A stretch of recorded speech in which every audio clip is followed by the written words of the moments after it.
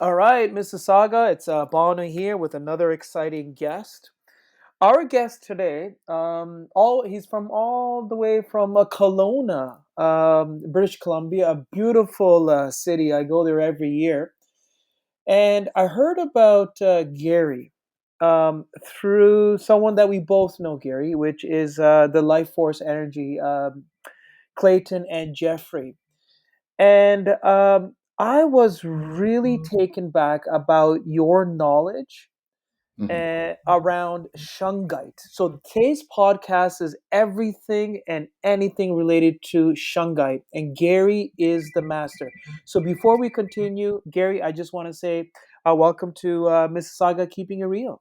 Yeah, thanks for inviting me. Yeah, once I started watching your videos, Gary, there Uh-huh. was something there was this feeling, this intuitiveness, like this guy's the real deal. Like, hmm genuinely, like there's so much passion and honesty, and you share openly about where you started and how you got into this, and we're gonna get into all that. So, hmm like in my eyes, Gary, you are the Shanghai master. Oh, well, good. I have done a lot of research over the last 5 years, and so I don't think anybody has basically collated all of the information that I have.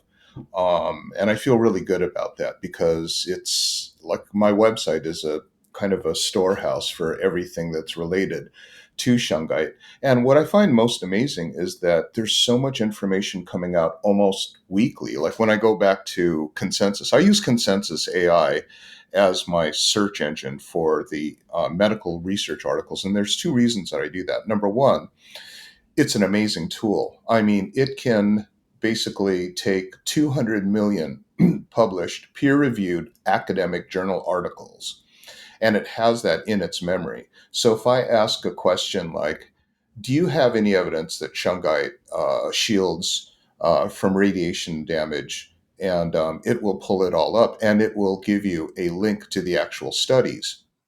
So that to me is quite amazing. Now, a lot of lay people wouldn't know how to read a medical journal article, but what's neat about consensus is that you can just say, explain this like I'm 20 years old, or a lay person, a non-medical person, and it can do that. But what I like is it'll call the most relevant articles for any one topic. And the reason why that's extremely important to me is because I do broadcast on YouTube because I get so excited about my discoveries. But what winds up happening is YouTube hits me with a community strike warning if there's anything at all that comes off across as medical knowledge without medical background. So what I've been doing in my YouTubes now is I literally will type the query into Consensus and let Consensus say, here are the articles, here are the published journals that show and prove that this about shungite is real, or that about shungite is real. And this is brand new, by the way. This is only maybe a few months old. That gives me that kind of power in order to be able to broadcast accurate information. As you know, there's a lot of places that people can go really funky with things like rocks and crystals and whatnot, and one can say, "Yo, man, it's like so cool. I just put this on my head." And if, you know what I mean? Yeah. But when I do it, my approach is more because I have a background in medicine, because I have a background in science, and also because I have a background in the metaphysical. It really puts me in a unique vantage point to be able to take all of this information, kind of discern it, and then kind of package it so that lay people can understand that. I know everyone's busy, everyone wants to scroll past things on Instagram really fast, but this stuff that I have is extremely important. And so maybe the passion that you're seeing in my YouTubes is because I feel that this is really important stuff. And I want to make sure that people understand it if they get a chance, right? Yeah, you're absolutely right.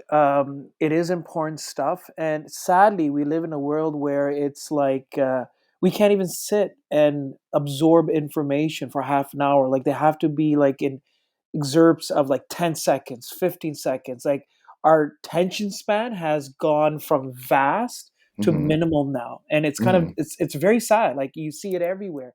people want information, and but they want it very quickly, like, and the They attention all, span. Yeah. yeah, they also want to group things into categories, and this is something that I found in our what I call left hemisphere consciousness, where we take information um, and we process it through our minds. So the left hemisphere is the gatekeeper. It's the cause and effect.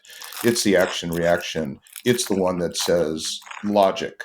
The problem with the left hemisphere is it tends to group things together and create a larger generalization. So say for example I say, "Hey, I'm a liberal lefty." Then all of a sudden you know so many things about me that you think you know, but you probably don't really know. But that's called courting. Courting allows you to take one generalization and throw a bunch of attributes onto something. And that's what happens in today's world when you have so much information into like headlines or packets or thumbnails, where you just go, huh, that must be the truth. And those of us who are smart enough to know that that's a real road to nowhere, as we're sitting here trying to figure stuff out, and we go, oh, I heard from somewhere that, this is no good or that's no good.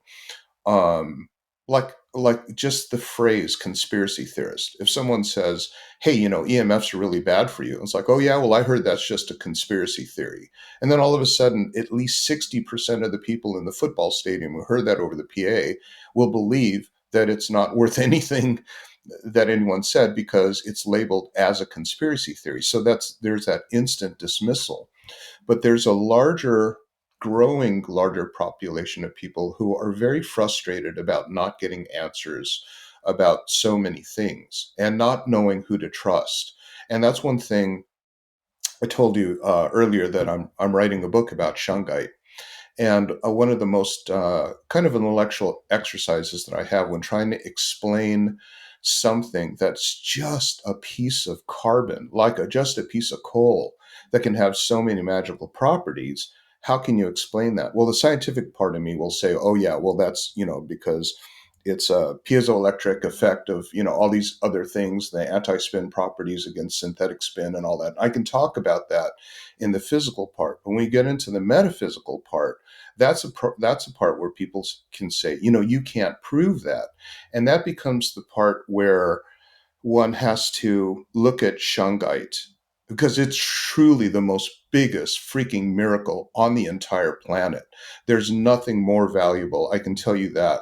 There's more diamonds than Shungite. It's just in one uh, crater lake in Russia, in Lake Onega.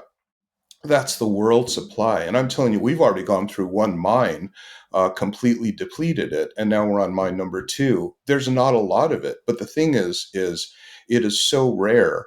And to say what it does, I have to go back to the old paradigm of, I can show you proof because there's medically published articles.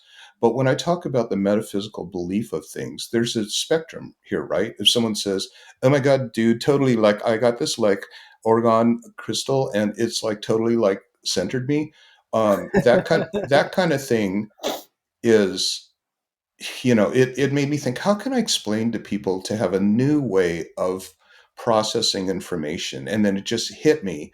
The intro to my book, I talk about the mimic octopus, and this will fascinate you when you stop and think about it the way that I'm going to present it to you. Do you know what a mimic octopus is? No, no idea at all. Okay, so you've probably seen them. You can look it up on YouTube, but there will be a diver, a scuba diver, who will hover over a mimic octopus. It goes over a bed of coral, and then you can't see it anymore because it turns into camouflage. Like, Oh, okay. complete. I'm looking at the picture now. Got Yeah, it. you've probably seen videos, Yeah. and it's remarkable. Not only can they change what you see, but they can change the shape. They can mimic shapes and optical qualities. Now, here's the question: you're looking at a mimic octopus. It's going across a coral bed, then all of a sudden, whoop, you can see right through the octopus as if it's not even there. It's even swimming over it, and you can't discern where it's swimming over. Okay. So we have to ask ourselves, what are the possibilities here that's happening? Number one, the mimic octopus would have to be able to see what we see from our perspective in order to have effective cloaking, doesn't it? Yes. because, okay, number two, I'm going to ask you a series of questions. Oh Does my the god, mimic, I feel like you're putting me on the spot. okay, Yeah, number yeah, yeah, two, yeah. does the mimic octopus have eyeballs throughout its skin? That, I don't know the answer to that, so I don't know if it's a trick question. I'm gonna say no. I don't know. It I have does. no idea. It Oh, it has what's does. Oh, called, okay. it's called opsis, but they do not have cones, which means it doesn't, perceive in color. And it's just a very, very simple signal indicator that just says, hey, I see something and it registers a color and I can transmit that into a signal, but it's nothing important. So it definitely cannot do what you're seeing. So Got it. must there be an eyeball for the octopus to see how to change colors? Correct. There has to be, right? There Because has how to does be. it know? Yes. Well, does the mimic octopus have access to your eyeballs? Now, see, how does it know what you see? And the thing is, even if it had eyeballs all over its skin, the minute it hovers over a rock, obviously the rock's in the dark because it's in the shadow. So does the opsis have memory and say, hey, I just hovered over that, but that was 2 seconds ago, and now it's going to be this much darker because I'm on top of it. Transmit the light that you saw before I hovered over it. That's absolutely impossible. The longest answer is the least probable. So here's the thing. Can you explain to me how the hell that octopus can cloak itself in your perspective as it's moving in constant motion over something? How does it become fluidly transparent? I'm I'm just taking guesses here, Gary. Like the first word that came in my mind was some type of scanning system. Like it's scanning something. Like Hmm. that's Well, yeah. let's look at another thing. Sure. Could you rule out or rule in a communication between you and the octopus, a Mm, contemporaneous communication in real time between you and the octopus? Do you think the octopus is sure. communicating with you? Yes or no? It has to, right? Yeah. Yep. Because if it's not communicating, then how does it know? So how did you pick up, and how does it pick up what you see? And it says, hey, Gary sees this. I want to make sure he doesn't see it. So I'm going to put that little red coral through my skin from his perspective. You see what I'm saying? It Wow. doesn't freaking make sense. And here's the problem with Shungite. People say just because I can't explain it, it therefore Yes. must not work. And this is the paradigm that we all have to shift when we get into things that now no longer constitute anything helpful for our knowledge. We have to say, is there something that I cannot explain, but I do show the results for it? And that's why when we get into things like this, we have to say, we have to talk about orientation. When I spoke to Jeffrey and Clayton with FLFE, a lot of their reporting is based on the reporting of their 40,000 subscribers. They'll put something out like EMF mitigation program, and then they will wait until they get the results. So people will go, well, yeah, how can they do something like that? It can't work because I can't explain it. That you have to throw that mindset completely out the window when you're starting to think about really cool stuff that we're moving into, that's going to help us and cure us and save us from all of this synthetic exposure that we're being bombarded with. And the smart people are picking up on it, like you, and saying, I got to investigate this a little bit further. There's some knowledge out there that is not coming through the FDA. It's not coming through PubMed. It's not coming through National Institutes of Health. It is coming through my own awareness, my own ability to ask questions like, how did that mimic octopus work like that? And once you do that, then you start to say, okay, this is very interesting. I am now able to receive information that could be far fetched, but it's only far fetched because we define things as plausible as only sensed through our five senses. Um, I want to explain that a little bit better. The nature of classical physics, or all science combined, the scientific method basically says that what we do is we take a control group. We measure what it's doing at rest. We add a variable to that system to one part of the group, which is the test group. And then we record, this is the important word here, we record the observations of what we saw.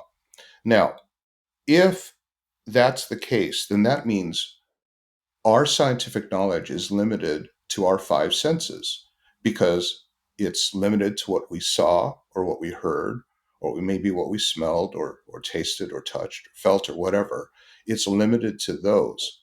Now, I know that the human hearing can only go between 20 to 20,000 hertz. My wife and my kids, they can hear all the way up to 20,000, but I can't because I'm 63 and I can only hear up to about 12,000 hertz. That doesn't mean that those sounds do not exist just because I can't hear them. And so the hardest part that I have in explaining Shungite to anybody or FLFE or non-local healing or any of these things that are remarkably reproducible but cannot be explained through the five senses is simply because our understanding has to go beyond the five corporal senses of our body. And those five senses, sight, smell, touch, feel, taste, those are only there to protect our three-dimensional body. That's all they're there for. We see a piano falling from the sky. We move out of the way. We hear an explosion. We duck under cover.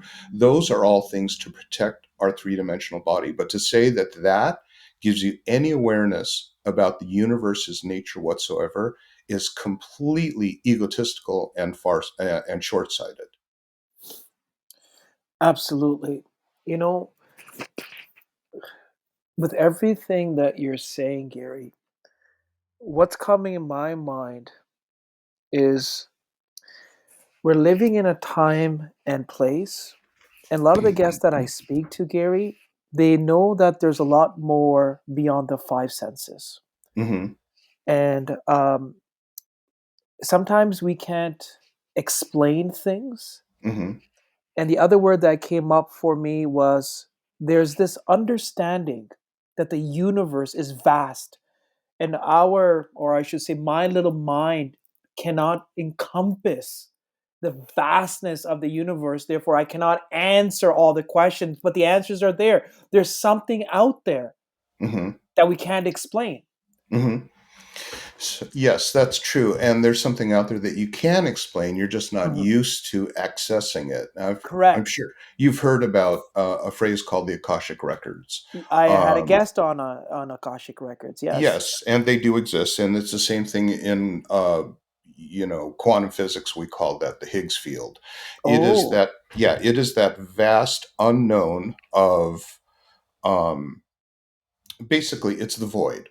Okay, and so what we know about energy is this, is that in the Higgs field there's nothing that can travel faster than the speed of light. We know that because once it does, anything that enters the Higgs field, like a boson or whatever, becomes a particle, and by the laws of relativity it has to slow down. But the thing is, the Akashic, or um, the Higgs field, the void, the forever after unknown.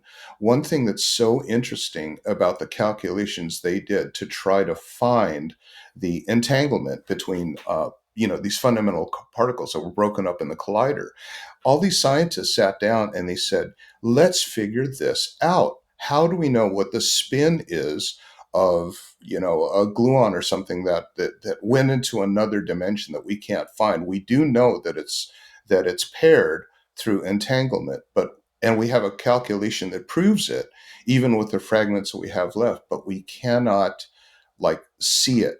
Okay, so then the question I would ask those physicists is, because you can't see it, does it mean it's not there? And they can't say, well, Mhm. see, a guy like Stephen Hawking, I don't know if you read a Brief History of Time, but I'm sorry, there's a part of me that I'm not proud of, as I laugh at dumb things, and and his book actually made me fall off a chair, and he's retracted his statements. But if you read A Brief History of Time, he talks about the event horizon, and he talks about like anything that happened in the event horizon outside of the Big Bang literally did not occur because we cannot perceive them. And I thought that right there will absolutely kill any growth that you have in quantum physics or the understanding of quantum behavior if you think like that. And Mm. he did retract it later, but I'm just like going, how can everyone believe this guy? Because that was one of the dumbest things anyone could have said, but they all go, oh, the mighty Steve Hawking. And so, Right. again, that becomes the label where you just hear, oh, it's Mother Teresa and she must be saving children and not That's right. trafficking. Well, whatever, Oh, I know. whatever. Yeah, Yeah, yeah, yeah, yeah, yeah. yeah. Whatever I've the heard all case that. may, Yep, yeah, yep. whatever the case may be, there's all these things that are, set out there. But the bottom line is what we discovered when they were trying to do the calculations for entanglement. One thing that the physicists could not understand was in those calculations, why is there not a time or a distance variable? We can still predict what happens to the corresponding entangled pair, but we do not have anywhere in the calculations distance or time. Now, why is that? If you go, hey, dude, why aren't you saying distance or time? It's because it is not part of the calculation. And the reason that is, this is going to blow your mind, and this will all come out sometime soon. The Akashic does not have a distance or time component. Now, if they do know that I can take like a fundamental particle, blow it apart in the Hadron Collider, and one chunk will go off into another dimension. They don't know where the hell it is, but they know it's probably gazillions of light years away.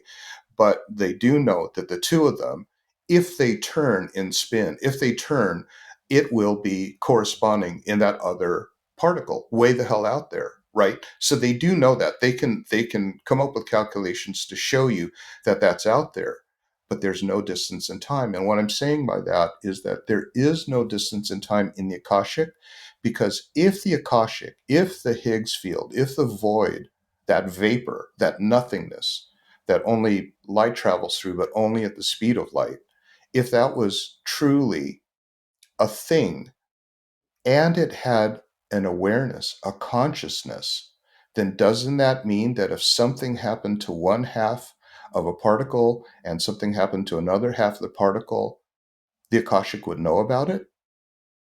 That's right. And if the Akashic was an awareness and it knew about it, then doesn't that mean that everything happened simultaneously?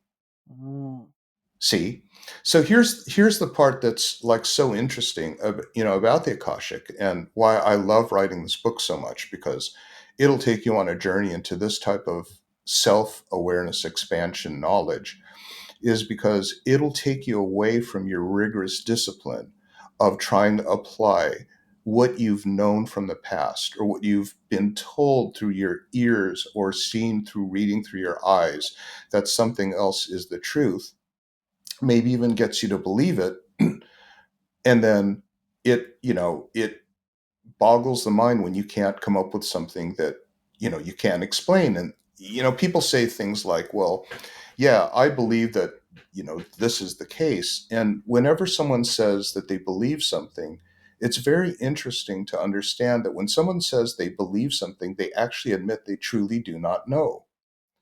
And this seems counterintuitive until I give you this phrase: I believe that my daughter Willow is my biological daughter. Doesn't that prove that I don't know if I say I believe? right. Right? So Right. when Right. you have a belief, that basically means that you are putting in a component of faith or a component of not caring about investigating further. That's truly more the case. Is when people just say, "I have a belief." I'm I'm a blue voter. I'm a red state kind of guy, or whatever it is.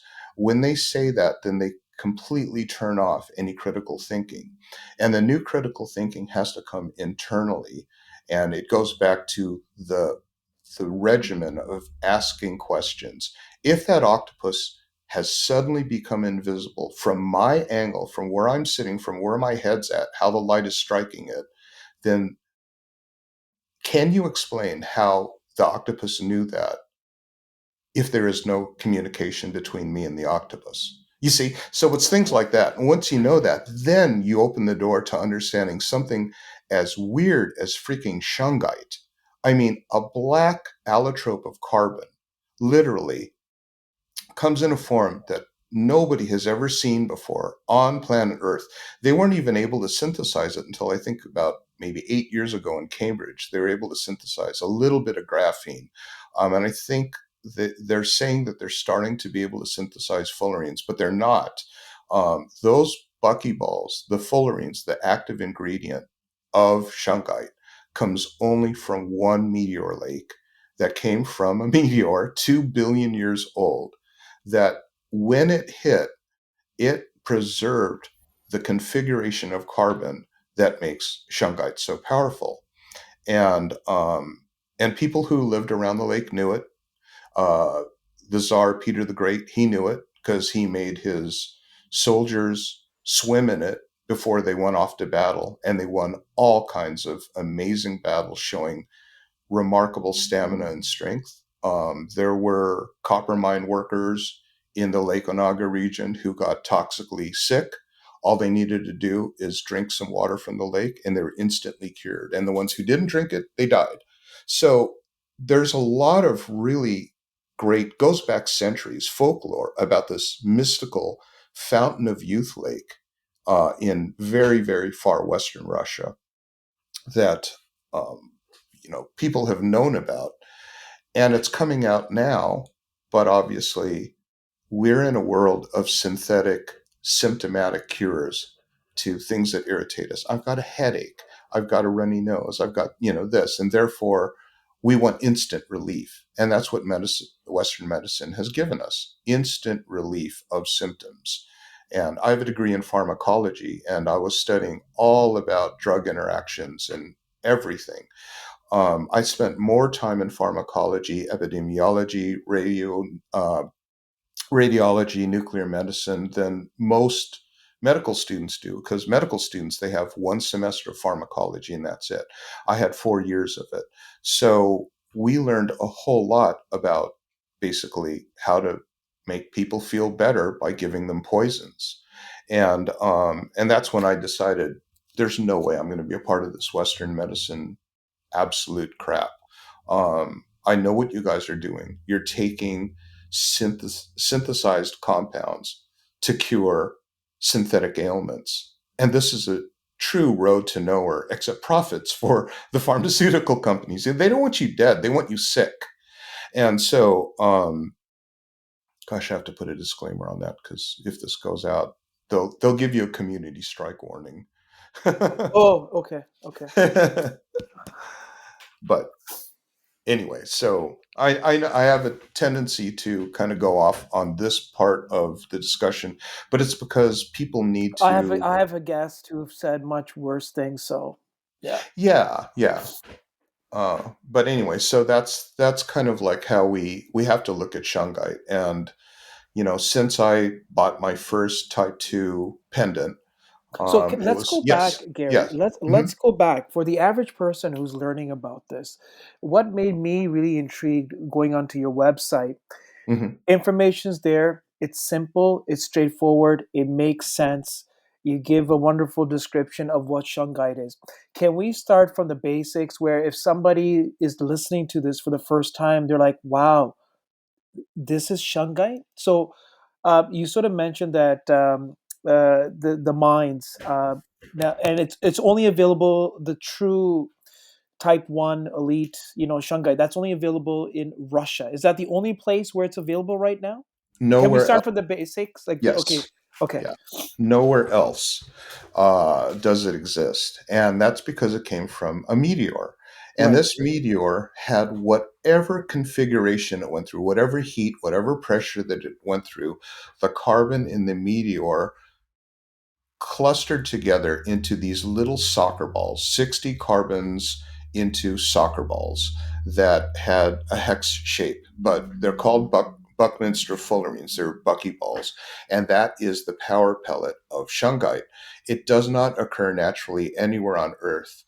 I don't think we've been able to synthesize it. Last time I checked, no one's been able to create fullerenes. Mm, This might have changed, but it's an extremely difficult thing to train carbon atoms to assemble like a buckyball. So, do you have a background in chemistry or? I don't. I Okay, don't. so I'll explain this very, very simply. Carbon. Layman's words, please. Okay, all right. So, carbon is the anchor atom of anything living, which is why in organic chemistry, it is the synthesis of carbon compounds. Everything is carbon. Sugar is carbon. CO2 is carbon.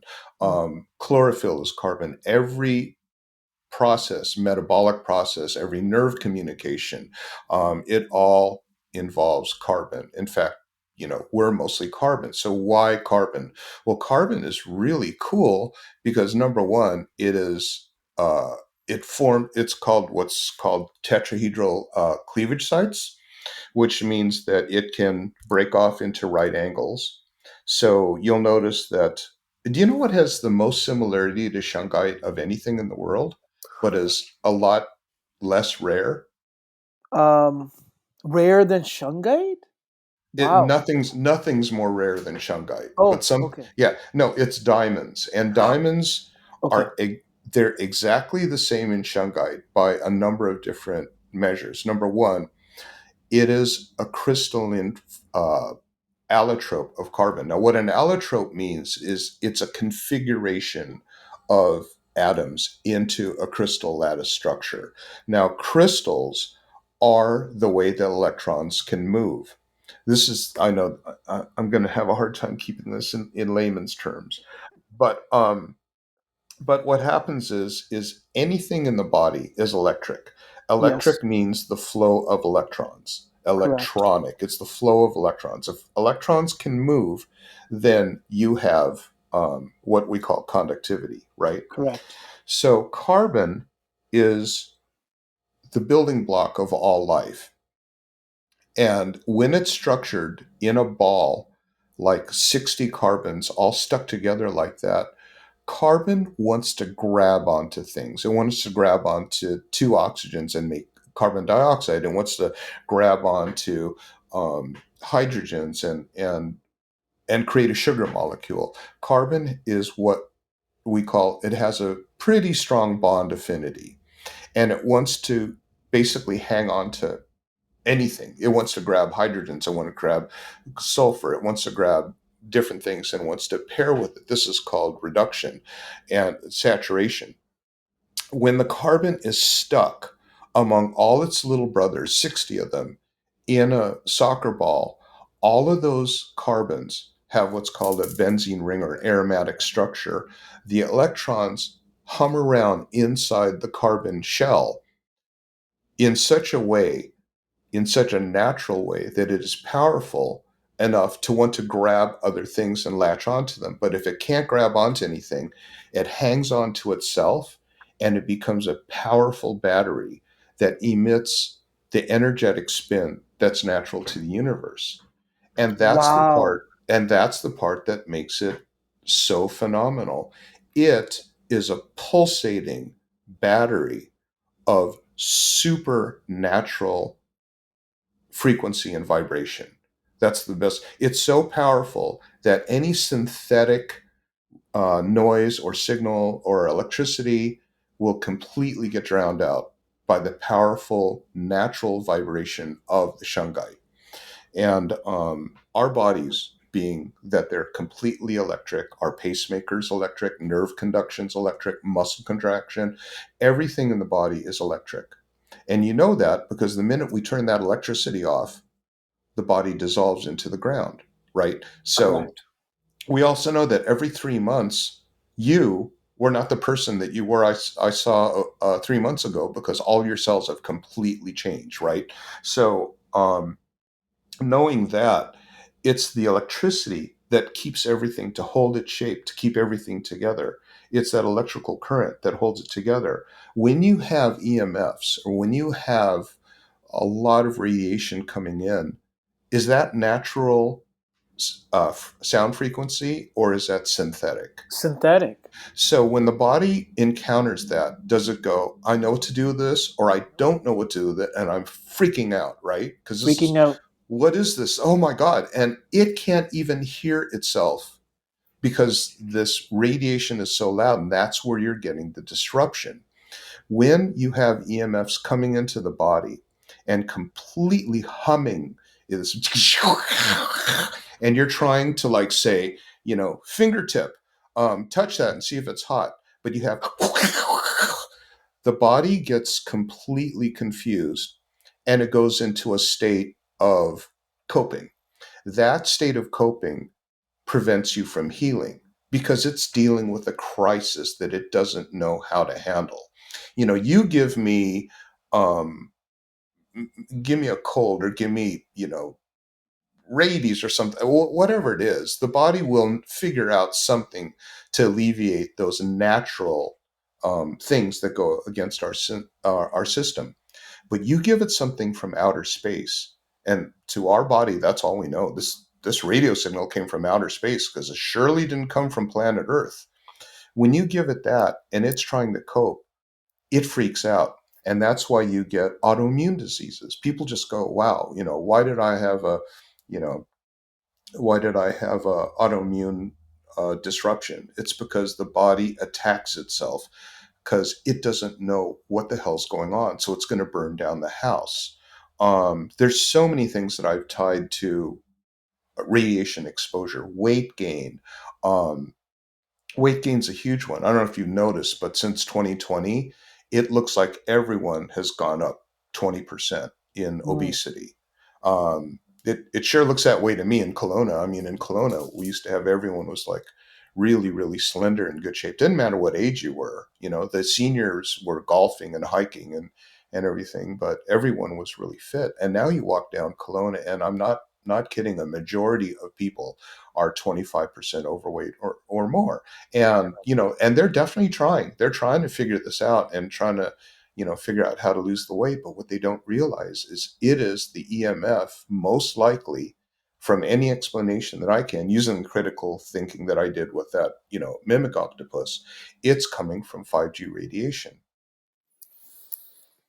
All Yeah, that weight gain is coming from 5G radiation. there's a lot. There's videos. Even talking about radiation, like even smartphones, right? Like Hmm. what they're giving off as well too. There's a video on YouTube. I think Hmm. it came out about 5 to 8 years ago, and I think it has a couple million views on it. And Hmm. this lady is talking about the negative impacts of smartphones and what it can do to her brain. Yes. And I don't know if you know which video I'm talking about. And I remember watching it, and it just made sense. And here you are now saying, "Hey, Banu, weight gain, that's one factor, but there could be other diseases that we're totally unaware of, but it's having an impact on us." Hmm. Yeah. Yeah. So I don't know if you've heard of or read the book The Invisible Rainbow. No, I'll put that on my Okay. list. Yeah. Yeah, I read it 3 times cover to cover because it is a most fascinating book. What is it Um, called? the Invisible Rainbow, Okay. and what it is it's God, it's a fascinating book. It's epidemiological research, but told like a movie. It's a storyteller, and he talks about basically radiation electrical sickness. And this is called neurasthenia, and this is a symptom that's diagnosed in most of the countries around the world, except for the United States and Canada, who refuse to even grant it the status of a disease. But neurasthenia is nerve affliction through electric exposure. And this is something that the book explains from the very, very, very beginning at the Paris World's Fair, when they had a little, I think it was a globe, and it had static electricity, and you could touch it and you could make your hair go up. And they thought, Right. wow, this is really an amazing thing. So it talked about that. Then it went forward into man's harnessing of the electron to make it do what he wanted it to do. And it's fascinating because it ties in correlations with, AM radio and, I forgot which diseases came out. It was either, I think it was the swine flu came out with AM radio, and then radar came out with. It basically coincided with the release of those new frequencies. And neurasthenia was actually discovered in World War. I think it was one or two. I think it was World War One, where they're using telegraph operators to kind of broadcast commands from headquarters to the front lines. Well, In those days, this is really sad and unfortunate and funny. Then we didn't have wireless, right? So the soldiers had to take a freaking cable and run it out 200 miles to the front line where someone back in the cozy barracks is, sending out messages by Morse code to tell them what to do. Oh The wow. problem is those people that were doing Morse code, when they tapped that button down to activate and close the circuit, these people were committing suicide and having heart attacks and going crazy. And well, that's because when they pushed that finger down on that thing, they closed a 200,000 watt circuit, right? So you can't imagine people could handle that kind of stuff with what we know now. With what we know now, that would be an occupational hazard, but we would never allow it. Just like, we laugh when we watch those newsreel footages of people blowing up atom bombs in a test and people sitting on bleachers with sunglasses on and the wind's blowing through their hair. You know what I mean? We didn't know a lot back then. But the cool thing about Invisible Rainbow is it teaches you about electronic disease, going from the Paris World's Fair to the discovery of static electricity all the way to modern times. And it basically completely validates the reason that Shungite works. It's because what happens in when you try as a man to control the direction of an electron, that is synthetic, that is foreign, that is space alien. We don't know what to do with an electron that's going through different things that are not our own electrical system. We simply don't know what to do with it. When we were cavemen, we never had electrons flying around. We never had radio waves buzzing through our head. Right now, at this second, there's a phone call from Australia to Tokyo going right through your brain that you'll never pick up because you're not at the receiving end of the phone number. Really? But it's Wow. still going through your brain. Think about it. There's a Wow. Hulu channel right now at this moment that I could pick up on Wi Fi at your house and watch an entire Hulu episode. And it's going through your body because if you stand in front of that radio, you're not going to turn the TV off. You see that? Right. So when you think about all of those electrons and I mean the radiation and all those pulse signals going through your body, when your body's trying to tell the pacemaker, don't speed up. Your body's trying to tell the muscles to produce myoglobin so that it can reduce the lactic acid because your muscles are so sore from a lot of people when they're in radio EMFs, they have really bad muscle stiffness. They have a hard time walking.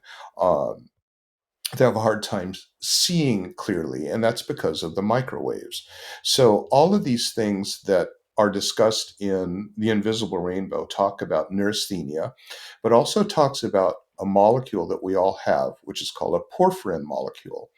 That porphyrin molecule, some of us have more and some of us don't have as many. If we have more, we're pretty lucky because we're the canaries in the coal mine. We know when there is radiation. I can touch a phone and tell you this sucker is hot.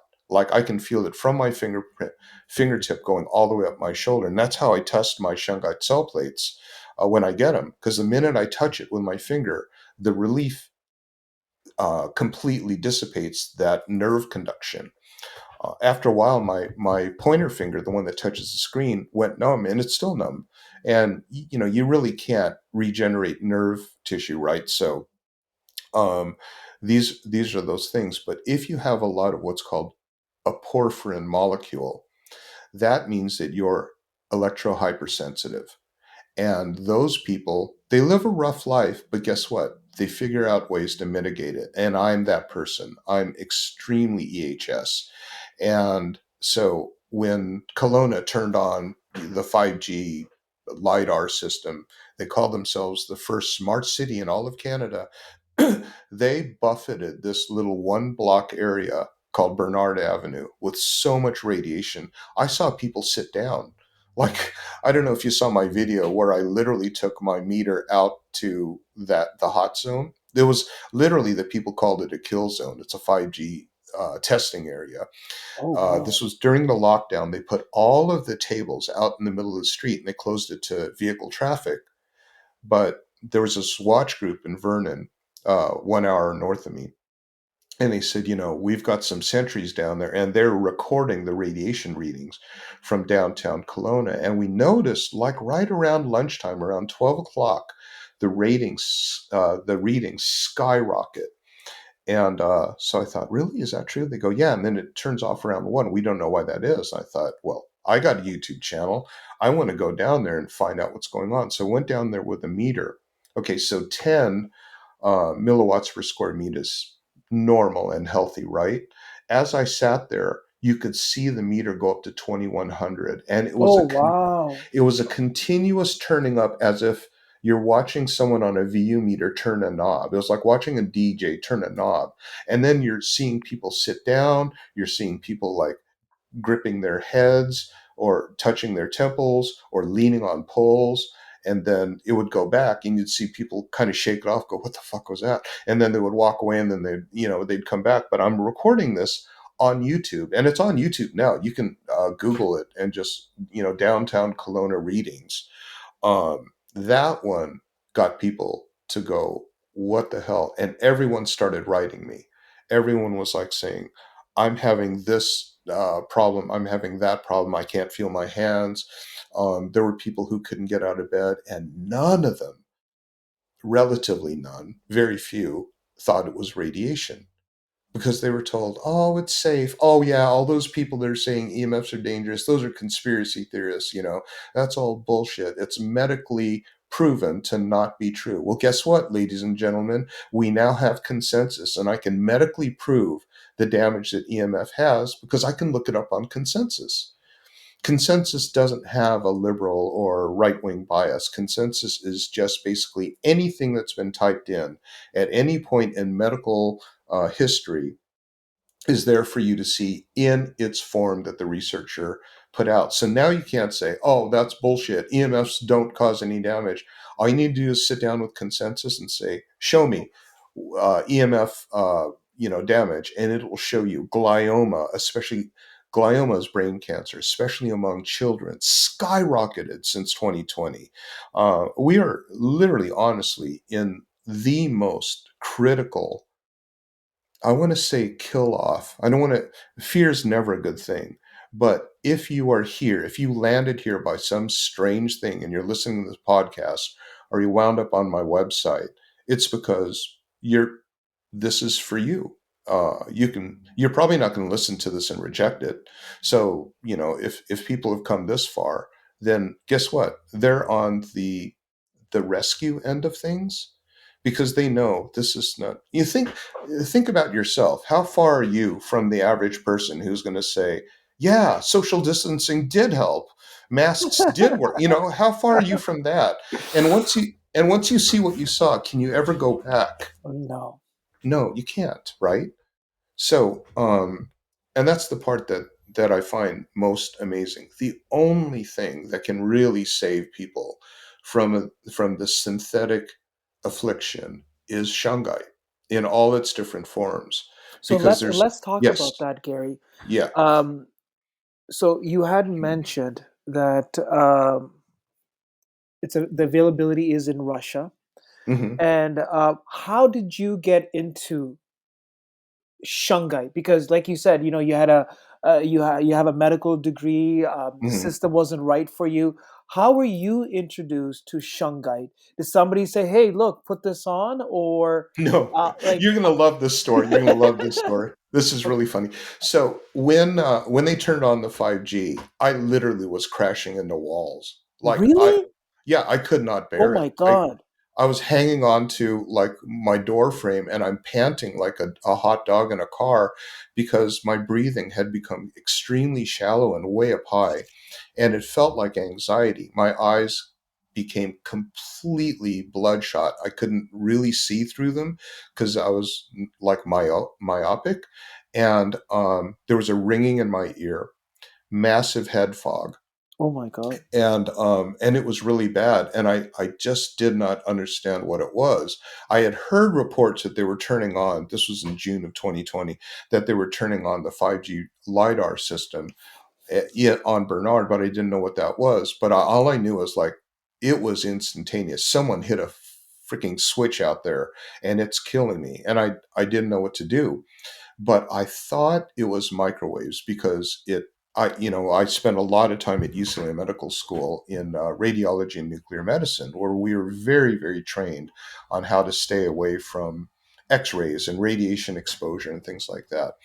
I knew that these afflictions were typically neurasthenia of nature, and so I thought, I don't know what to do, and I thought I got to find a cure. So I was either going to drive to the mountains and just stay there until this all turned off, or I looked at my microwave and I thought, wait a minute, microwaves have that mesh that prevent microwaves from getting out. They're insulated from microwave leakage. Wouldn't it be insulated if I stuck my head inside it? So I put my head inside it, and I'm telling you, it was instant relief. What? Really? Yeah. Yeah, it was instant relief. And I'm like going, okay, well, now I have a choice. I can walk around town carrying a microwave on my head, or I can stay inside all day long with my head in a freaking microwave. Like that's my choice. Oh my And I had, God. yeah, and my friend came over and I said, hey, how you doing? And she goes, oh my God, this is the worst day. I mean, it's like I couldn't even park my car. I couldn't parallel park. I was so dizzy and, all this other stuff. I said, okay, I want you to try something. Stick your head in this microwave. Don't make anything up. Just tell me if you feel better. And she stuck her head in it and she wouldn't come out. She goes, oh my God, what is happening? Like, I feel instantly better. I said, yeah, it's radiation. We are being bombarded by radiation. And so I got on the internet and I did a search for anything that would block EMF. And there was all kinds of stupid hocus pocus. I've got this like generator, I've got this life tune, whatever it's called. Oh my God, that one is just an absolute gong show. Um, but there are all these like really quack remedies that have just these specious claims of, like Aries Tech Life Tune says, oh well, we have Aries Tech. Okay. two, Yep. yeah, two passive microprocessors that harmonize the I actually have um, one of those. I got that like 5 years ago, actually. yeah, I did get yeah, one of and those. Yep. yeah, I don't know if you saw my video where I tested it, Yes, and yes, yeah, that's right. yeah. That's right. Yeah, that was highly offensive to me because I got made aware of them by one of the customers who she spent like $1,400 and she's on government assistance and she's heartbroken because she didn't want to tell her husband that she did that, but she was desperate for a Did you cure. ever send them the video to the actual company? Like I remember connecting with them at a health show in Toronto about 5 to 6, 7 years ago, and they Yeah, showed how it stops EMFs and brings it down to zero. I don't know what they were doing, and I was naive at that time. I'm like, oh my god, this is kind of cool. So I got the one that's sort of like the credit card one, like it's like the yeah, larger the gold one, like it's like golden color. So right. did you ever Yeah. send that video to them? Did they ever Oh, respond back? yeah, they're definitely aware of it because the CEO has reached out and, said, "Hey, can we talk about this?" And I'd say I'd love to, but you need to address the fact that you say you have 22 worldwide global patents protecting your, scalar wave technology. I don't see one. I just see design patents for the grid shape that you're using. I don't see one. There's only one patent pending, and that's in Lithuania. So if you can please send me your 22 patents, because if you're lying about that, this is an FCC complaint. We can have that entire thing taken down if you're making false statements. And on the website it said 22 global patents. So I said, please address this so I can talk to you reasonably, because until then, you guys are just liars. And Dr. Dogrees, the psychologist who said that this proves that these phones create heat in the brain. And it's like, no, actually an EEG probe only conducts signals. It does not uh, measure for heat. So can you please explain how you have a cause and effect relationship between cell phones and heat, and how this Aries Tech reduces that heat when an EEG probe sensor does not? It only tests for signal Signals. anomalies. It does not test for temperature. And I said, I'd love to have you on the show. Can we do a live podcast? I've asked the CEO to do a live, because I want it live so that we can actually ask the questions. So he's not like saying, okay, well, here are the questions. You know, one of the things you asked me, is there anything you want me to not talk about? Right. Absolutely not. Why would I do that? I'm not Kamala Harris, you know. Oh yeah, yeah. That's a good one. That's You a don't good need to one. edit. You don't need to edit this. Um, but So yeah, so here's a question regarding oh, heirs. I'm sorry. I didn't. Let me finish Yeah, how I sure. found out. So there was only one study, only one, that conclusively proved that shungite was the only material on Earth to shield against the physiological damage So of. you found this through consensus, is that right? No, I Oh, found this through PubMed, PubMed.gov. okay. And PubMed, by the way, is so sanitized by big pharma that for anything that's, you know, controversial like that, it would have gotten blocked out. But the result was too compelling for them not to publish it. I mean, it was a really, really compelling article, and it basically proves straight up that shungite protects the body from radiation damage. And once I saw that, I thought, whoa, that's really, really freaking cool. So I sourced a Shungite person in actual Russia. Took me 8 weeks to get it. I think it was like So Gary, $60 for the, let me yes. take a so how did you know to go to Russia? Was there something that studied the article that you said, "Oh, go to Russia"? Like, why didn't you go to your local? Like, I know on the main strip, there's at least two, three gem stores there. Like, why didn't you just Okay. right? Like, Yeah. why didn't you just go in there and grab a regular shungite like every normal person would do, like me? Well, first of all, you can test most of those pieces that you get, and they're not real, and I can test it for you.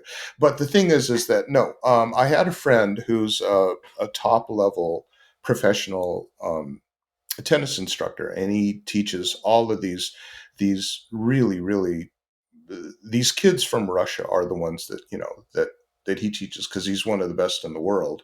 And these are kids of oligarchs and things like that, but he's very, very well connected.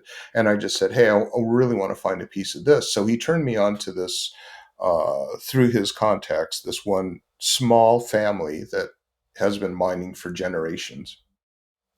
And you know, they sent me a rock. It was, I think it was $60, but it was $80 in shipping, and it took, Oh wow. it was like 6 to 8 weeks. It was crazy, but I finally got one.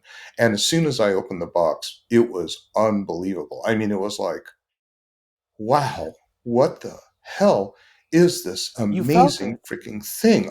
The minute that I had it. And so I put it on. It was a type 2 pendant. It was a hex pendant. And I put it on, and I was like, oh my God. First thing I did, I went to sleep. Went to sleep for, I think, 16 hours. Oh my And god. and a lot of the people who buy our Shungite say, you know, this is the first uh, week of night of sleep I've had in decades. I've got so many testimonials about that being the case. Um, and I really liked the pendant. It was amazing because it was right over my throat chakra, but kind of close to my heart and my solar plexus. Yep. So I could feel the energy just emanating from that, and all of the junk that was in my nervous system that was being clogged up by the static noise of synthetic signal started to just basically get diffused by this thing. And I was so fascinated by it. I went into I never took it off. I went into the bathtub and thought, you know, I'm just going to like lay here. I made the bathtub my body temperature, turned all the lights off, turned off all the fans, so that I was sensory deprived, and I laid with it. And I was just going, my God, I'm actually healing. I'm actually repairing all the damage that's been electrically contaminating my body and wrecking all of the intricate signaling systems that are in it. How big Hormonal, was this yes. shungite? Like, how, what, like, was it It, just no, that just you a simple little tiny, really? yeah, it was about maybe an inch and a half. Was a type 2. They're very inexpensive. I think you bought one, or I you bought a bought some. type Yeah, one. I got a type yeah. one. Yeah. Oh, yeah. So, Yeah, yeah, okay, yeah. something about. Let me And we're tell you going to about talk type about that 1. as well too. But before you continue, so there you are. You speak to this tennis coach. You're like, "Hey, Yeah, I need something." So he says, "Oh, there's a family that I know." So yeah. is this family in Kelowna, and then No, they? no, no, no, no, Oh, no. They're over in Russia. oh, And okay. yeah, they're in Karelia at the lake. And actually, on my YouTube, we put a really cute little video of the miners going through it I saw and that. pulling up. Yeah, and what's amazing about that is that's literally the extent of it. And you got a type one. I'm going to tell you, type one is so rare. There's 100,000 pounds of type two for every type one pound. Wow. Yeah, that's how rare your rock is. It's 97% fullerene, and it is the most powerful thing on earth. That thing should honestly cost $400,000. Like, I think if people, and this is kind of one reason why I'm a little bit coy. I haven't really gone out so much and done a lot. Because we can't get this stuff. If you've seen my place, right? It's always sold out. It's sold out. Yeah, I know, because we can't get it. And I'm telling you, you cannot buy it from other places and be sure that it's Shungite because so you said, why didn't you just go down the store and buy it? Yeah, so that After so here's the question. Yes. So there you are, you reach out to this person who's a soccer coach. So Yeah. you had no Tennis, yeah. inclination in your like, hey, let me just go to this local store first and go let No. me go there, check it out. Or I know this guy, he's connected with kids who want to learn how to play tennis. And then you Yeah. thought maybe he has a better connection. Like, how did that whole Yeah, I told him about it, and he goes, because I know that he's always with the Russian, Yeah, people. He flies around in their jets and things like that. got So it, got it, yeah, I told him about it, and he said, "Oh yeah, well let me have someone make some calls." So that's kind of how that happened. But no, got it, first of got it. all, you have to also understand that in 2020, very few people knew what shungite is, and It's still, true. I know. I can have 100,000 people in a football stadium and say, everyone, raise your hand if you've ever heard about Shungite. You maybe 40 people would raise their hand. It's that unknown. I mean, it's just so unknown. You could walk around all day long. Hey, have you heard of Shungite? Even people who are into crystals, they don't know what it is, right? I love that about it for the moment because once it kind of gets discovered, there will be, well, there's counterfeits, and that's a large, large problem. Yeah, we'll talk Um, about that. Yeah. yeah, yeah. So, So Gary, yeah, so I'm wearing something that came from outer space.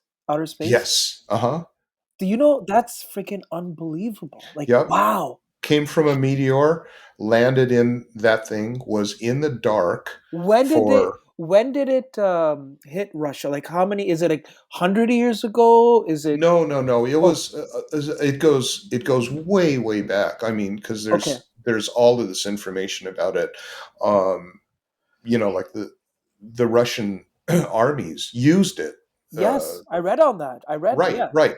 And so it was known. People were like going, why are all the people in Karelia so young and beautiful and happy and healthy? Like, what is it about this? And homeboy's way out in Moscow or wherever he was, Yeah. and he goes, I'm gonna take my wagon train thousands of miles all the way to the west, dunk my soldiers in it so they can come back and win the battles. Like, come on, he's a smart guy. He got to his position by who knows how, but at least he didn't have to go through all that effort if he didn't think that it would work, right?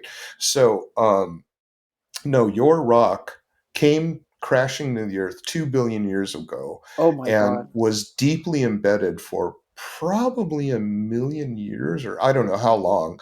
Um, but I think it's on Wikipedia. It said it was pre-Cambrian or something like that. It kind of gives a date, Wow. yes.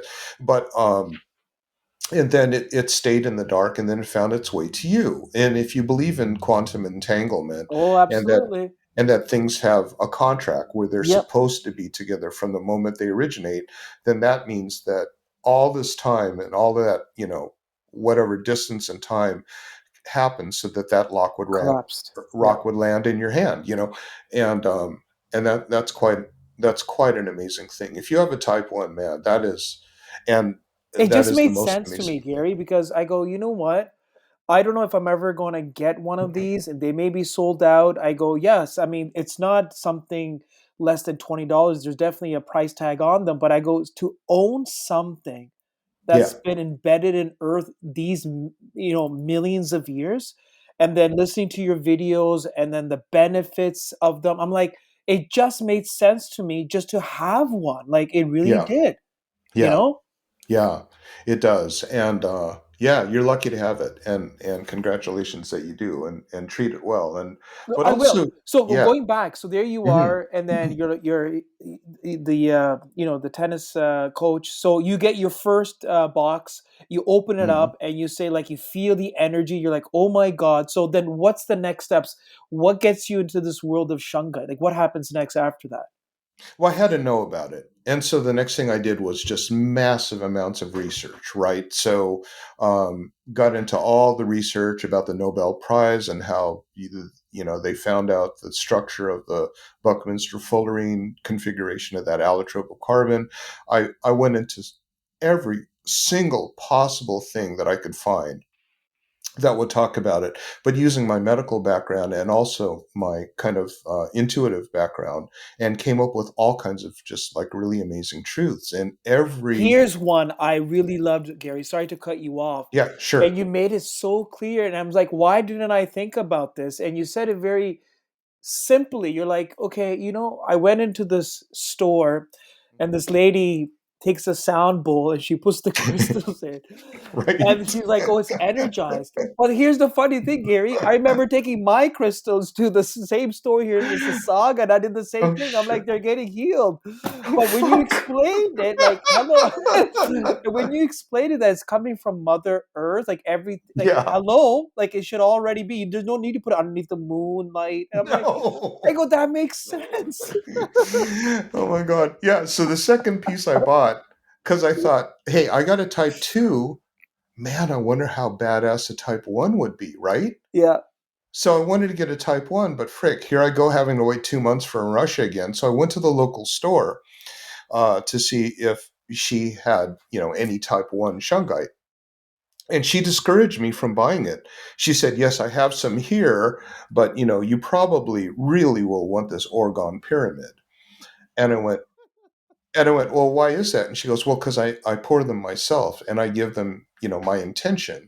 And it's far better in Shungite. She goes, there's a little Shungite down in here, but no, this is Shungite and it's Orgone. And I went, so tell me how this works. She goes, it just works because I give it my intention. And I kid you not, because as I'm standing there, people are coming in going, oh my God, this radiation's killing me. Do you have anything? And she goes, yeah, people talk about Shungite, but it doesn't work like my pyramids. And she goes, but honestly, your period of suffering is almost over because I'm taking care of that. And I went, what do you mean the period of suffering is taken care of? She goes, well, what I do is whenever a 5G tower goes up, I go out in the middle of the night and I take one of my pyramids and I put it at the base of every single 5G antenna Mm, in all of okay. Kelowna, and we're all safe. And I went, oh God, that's nice to know. That's Like, what? I mean, seriously, are you? So I didn't buy anything, but I did buy one of her pyramids because I just wanted to see what the hell this was about. I looked at her shungite, and it was not shungite.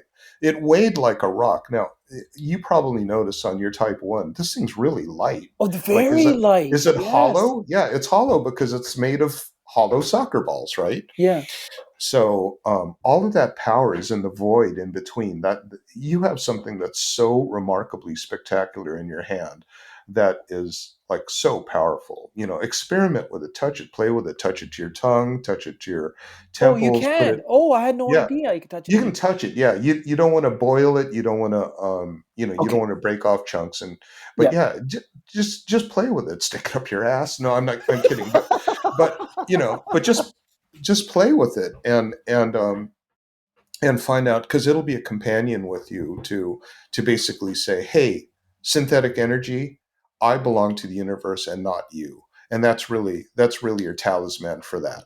You know what I mean? I do. It's I do. yeah, and the So more that yes, go ahead. no, I was just going to say. So there you are. So you didn't want to wait 2 3 months. You go to the store, and then she gives you this Oregon pyramid. And even in one of your videos, you actually do the You test it. experiment, and you're like, I it's know. plastic. Like there's nothing's flowing through, and I'm like, oh, like. And then I know that there's local flea markets here in Mississauga, and they're selling them, and I, being naive sometimes, I'm like, oh my god, she put the intention, and it really works. But then you had the special, like, you have your little gadgets and you did the experiment and nothing Right. happened. And I'm like, oh No. my God, like, where's the intention? Like, I don't see it. Like, where is it? Yeah, yeah. And again, we go back to our octopus and say just because we can't see it doesn't Right. mean it doesn't work. And I did the same thing with the Aries Tech Life tune, Yep. that sticker. I just basically stuck it on and took it off when I didn't know it was around, just to see if I could tell anything. There was absolutely no effect. And it takes an EHS person to be able to, to kind of like say that, because the difference is if you're very EHS, you're what I call the canary in the coal mine. You'll Sorry, go, oh can my you god, remind yeah, the listener EHS is what? electrohypersensitive. Oh, okay, got it, got it, got it. Yeah, that means that a little bit will make you really sick. And this is the case with everything in the animal kingdom, because when they put a new power pole up, there'll be like probably 10 robins and finches that land on the cable on the power pole. Two might drop dead. And then there will be some that just go, hey, I don't feel a thing. Those are the ones that don't have a lot of porphyrin, or they're not EHS. They're not hypersensitive. The ones that have a lot of porphyrin molecules are the ones that get really freaky in the flux of radiation.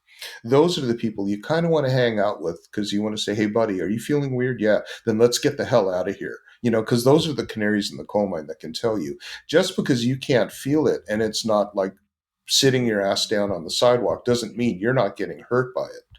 You just can't feel it acutely, but it's having a long term effect on you. Right. So, Got it. So then here's a follow-up question. Do you mhm. go back to this tennis coach and say, okay, I need to go to Russia, see what's in the mine? Have you gone to Russia to the mine No, we're going. yourself? No, we're going the early part of next year. It's very, very hard to get there, as you can imagine, with the airlines and Got the it. Ukraine war and things like that.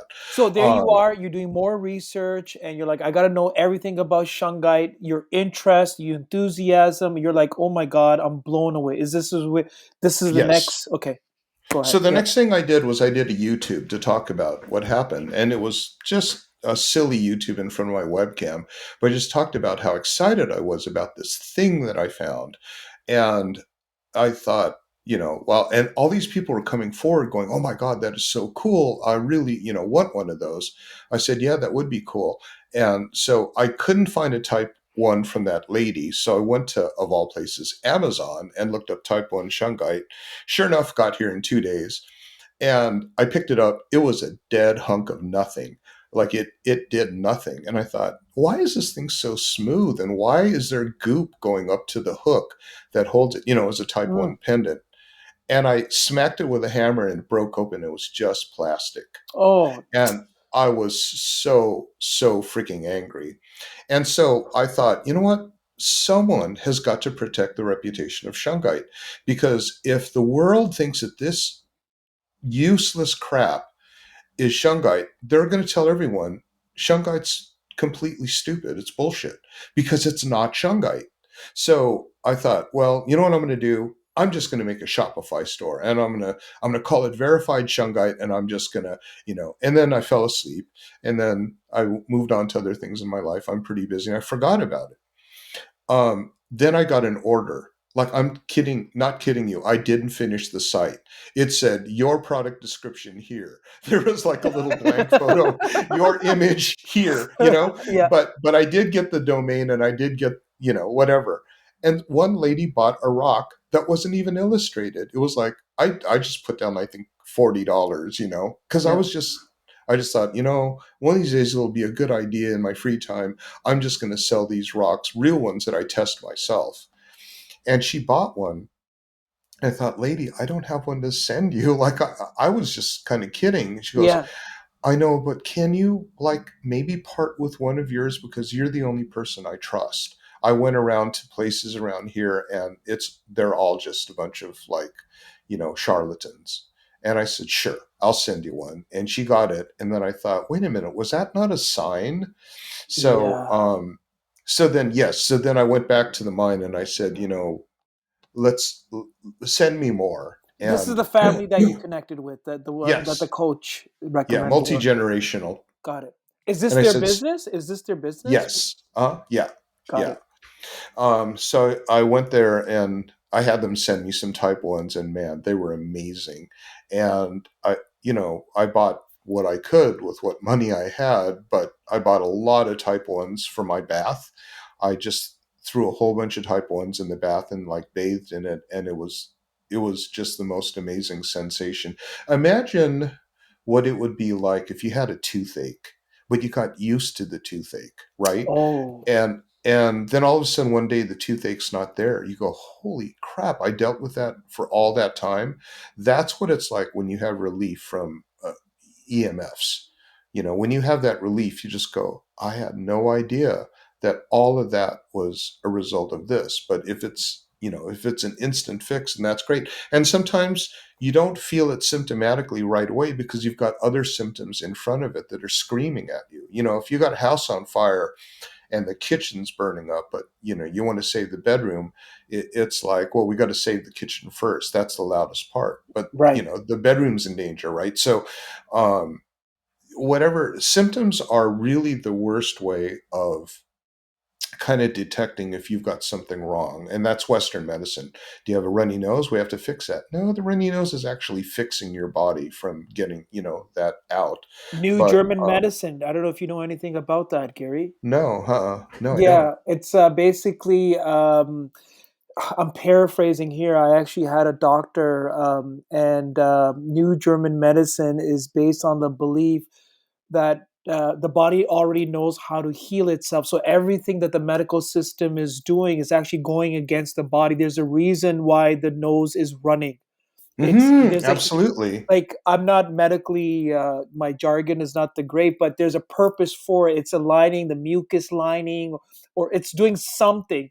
And that even in New German medicine, they talk. There's like a 5-step procedure on how there's a connection between the body and the emotions that are trapped in, and part of that healing is releasing the emotion, and then the body going through a reaction and clearing. And yeah, it was just amazing episode. So if you get a chance, listen to it. This guy was just totally amazing. It really, really was powerful episode. Yeah, Yeah. well, he's actually on the exact same kind of a wavelength that I'm at, because what I was going to say is that the two indications for a healthy person is number one, happiness, and number two, vitality. Yes. And one thing that you notice when you're relieved of these afflictions from the synthetic exposure of radiation is that you're happier. And not only are you happier, but you're more energetic. And so when I want to see if someone is healthy or not, what's their overall disposition? What is their mood? An acupuncturist will always know what your mood is like, because that mood will dictate how your body responds. And Mm, yeah, but that's kind of one of the things that we find is that when people put this on, they instantly find that the toothache is gone, wow. and they might not have known that it was such a bad thing to them to have. They might have gotten used to the pebble in their shoe or the That's right. blister on their heel. Exactly. But when you alleviate that, then it's just like, my God, I'm free. I remember feeling like this when I was a kid. I feel like a kid again, or whatever.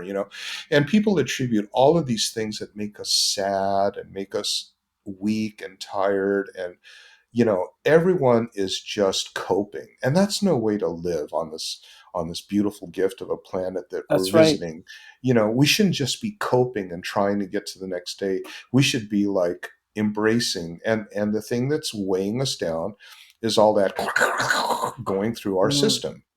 That's what's really screwing us up. It's interrupting our thoughts, it's interrupting our minds, it's basically turning us into, like the robots, right? Oh yeah. So, Yeah. yeah. So So, so Gary, there you are, Amazon. You order it. You're like, this is all plastic, and then you connect with the family, and mhm. then you. So do you order more now? Like, I did. Yeah, I ordered one box, and of yep, course, it took 6 weeks. yep. I didn't want to order a whole bunch because just I didn't want to get stuck with it, right? That's right. Um, But but I ordered. you became like Shungite man. Forget about Superman and Batman.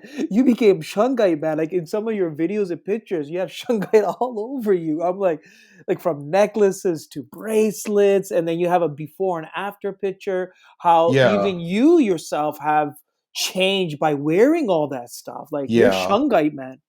Yeah, yeah. It's interesting because once you start to feel how amazing that is, then you just kind of go, "Ooh, let's tickle that feather." You know what I mean? Right. And it's why do people become alcoholics? Because the more they drink, the better they feel, right? Yeah, So, true. That's true. yeah, True. yeah.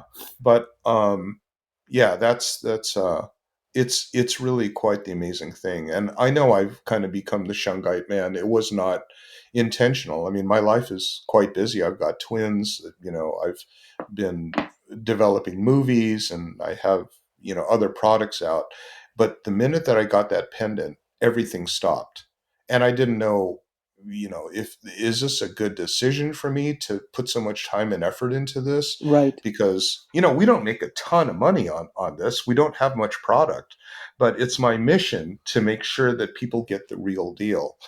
And And you also send a certificate as well too. I'm like, oh look, there's a certificate, and you know, like we that's just don't want somebody. to get yeah we don't want to get knocked off. you know Exactly. we we don't want someone to like say, hey, we're verified Shungite, because that would not be fun. We my my goal is to preserve the reputation of Shungite, and that being because every person that discovers it will just go, oh my god, my life's so much better.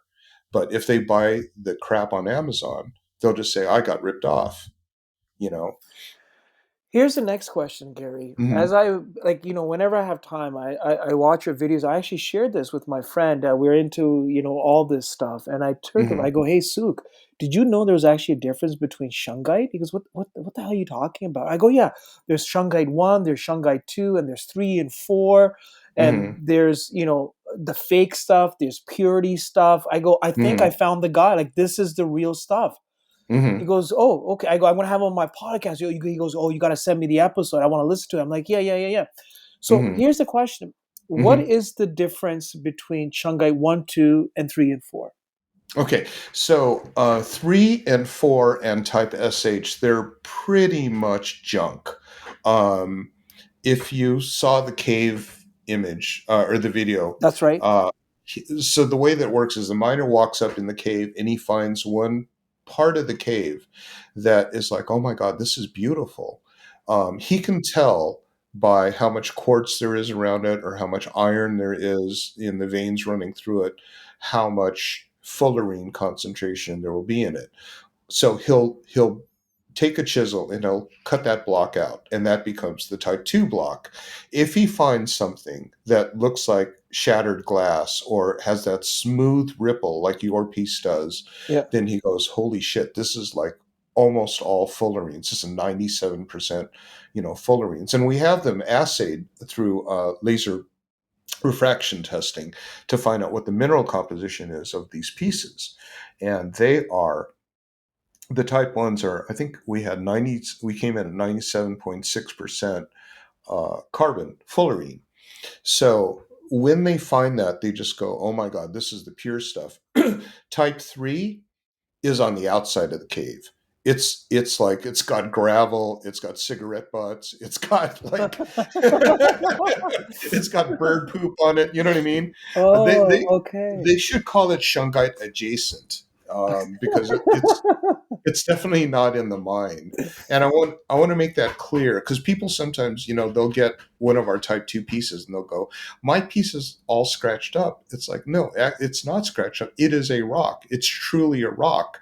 It's not like we took a rock, pulverized it, poured it into a hot mold, and then That's right. created these shapes. It is a rock that's ground out and polished, and and all this. So um but yeah, so type 2 is only, it's the minimum that we'll do. It's about 75%. Very, very highly effective. And it's a really great compromise because you can't take type 1 and use it everywhere. It's brittle. It's like glass, even more. You drop it, it'll break. So don't drop yours, right? Yes. Type 2, because it's got more iron and quartz and silicon in it, it holds together stronger because it's not just flat out carbon balls with tetrahedral cleaving sites that you smack it and you'll get a right angle. I don't know. Does your piece have like right angles that like look like it's like a 90-degree angles, like little. I'm just looking at it right now. Hold it, 90 Yeah. degrees. Um, Flat surfaces. yeah, flat surfaces. Yeah, definitely Right, flat right. surfaces. Yeah, yeah. Uh-huh. So those flat surfaces just basically mean that that was a cleavage site. It's just like diamonds. You can cut a diamond and it'll create these bevels. That's because the Yeah. allotrope, the crystal configuration of this, is so pure that when you smack it, it'll go into cubes. You smack a good piece of type 1 enough times, you can make a perfect cube out of it. Oh, Um, wow. yeah, yeah. So that's actually kind of how diamonds are formed, because there's a diamond cutter who has a little chisel and he smacks it and he chisels it down to, that beautiful solitaire shape or whatever it is shape that they're going to have. But yeah, so that's I forgot what we were talking about, We but were just talking about oh, adjacent shungite, how 3 and 4 should be labeled as shungite. Oh, should be adjacent. adjacent Yeah, shungite. Yeah, yeah, yeah. yeah. Or not at all. Yeah, Not at because all. there's people that are saying that shungite leaches heavy metals into water. That's not true. Not type 1, not type 2. It doesn't have any heavy metals. And heavy metals, what they're talking about is radioactive isotopes of Mm. metals. And something like that could occur in a flying meteor, but in the center of that meteor, which is why we call it deep mine shungite, that those pieces are so uncontaminated by anything from Earth that it is purely the carbon, from the meteor.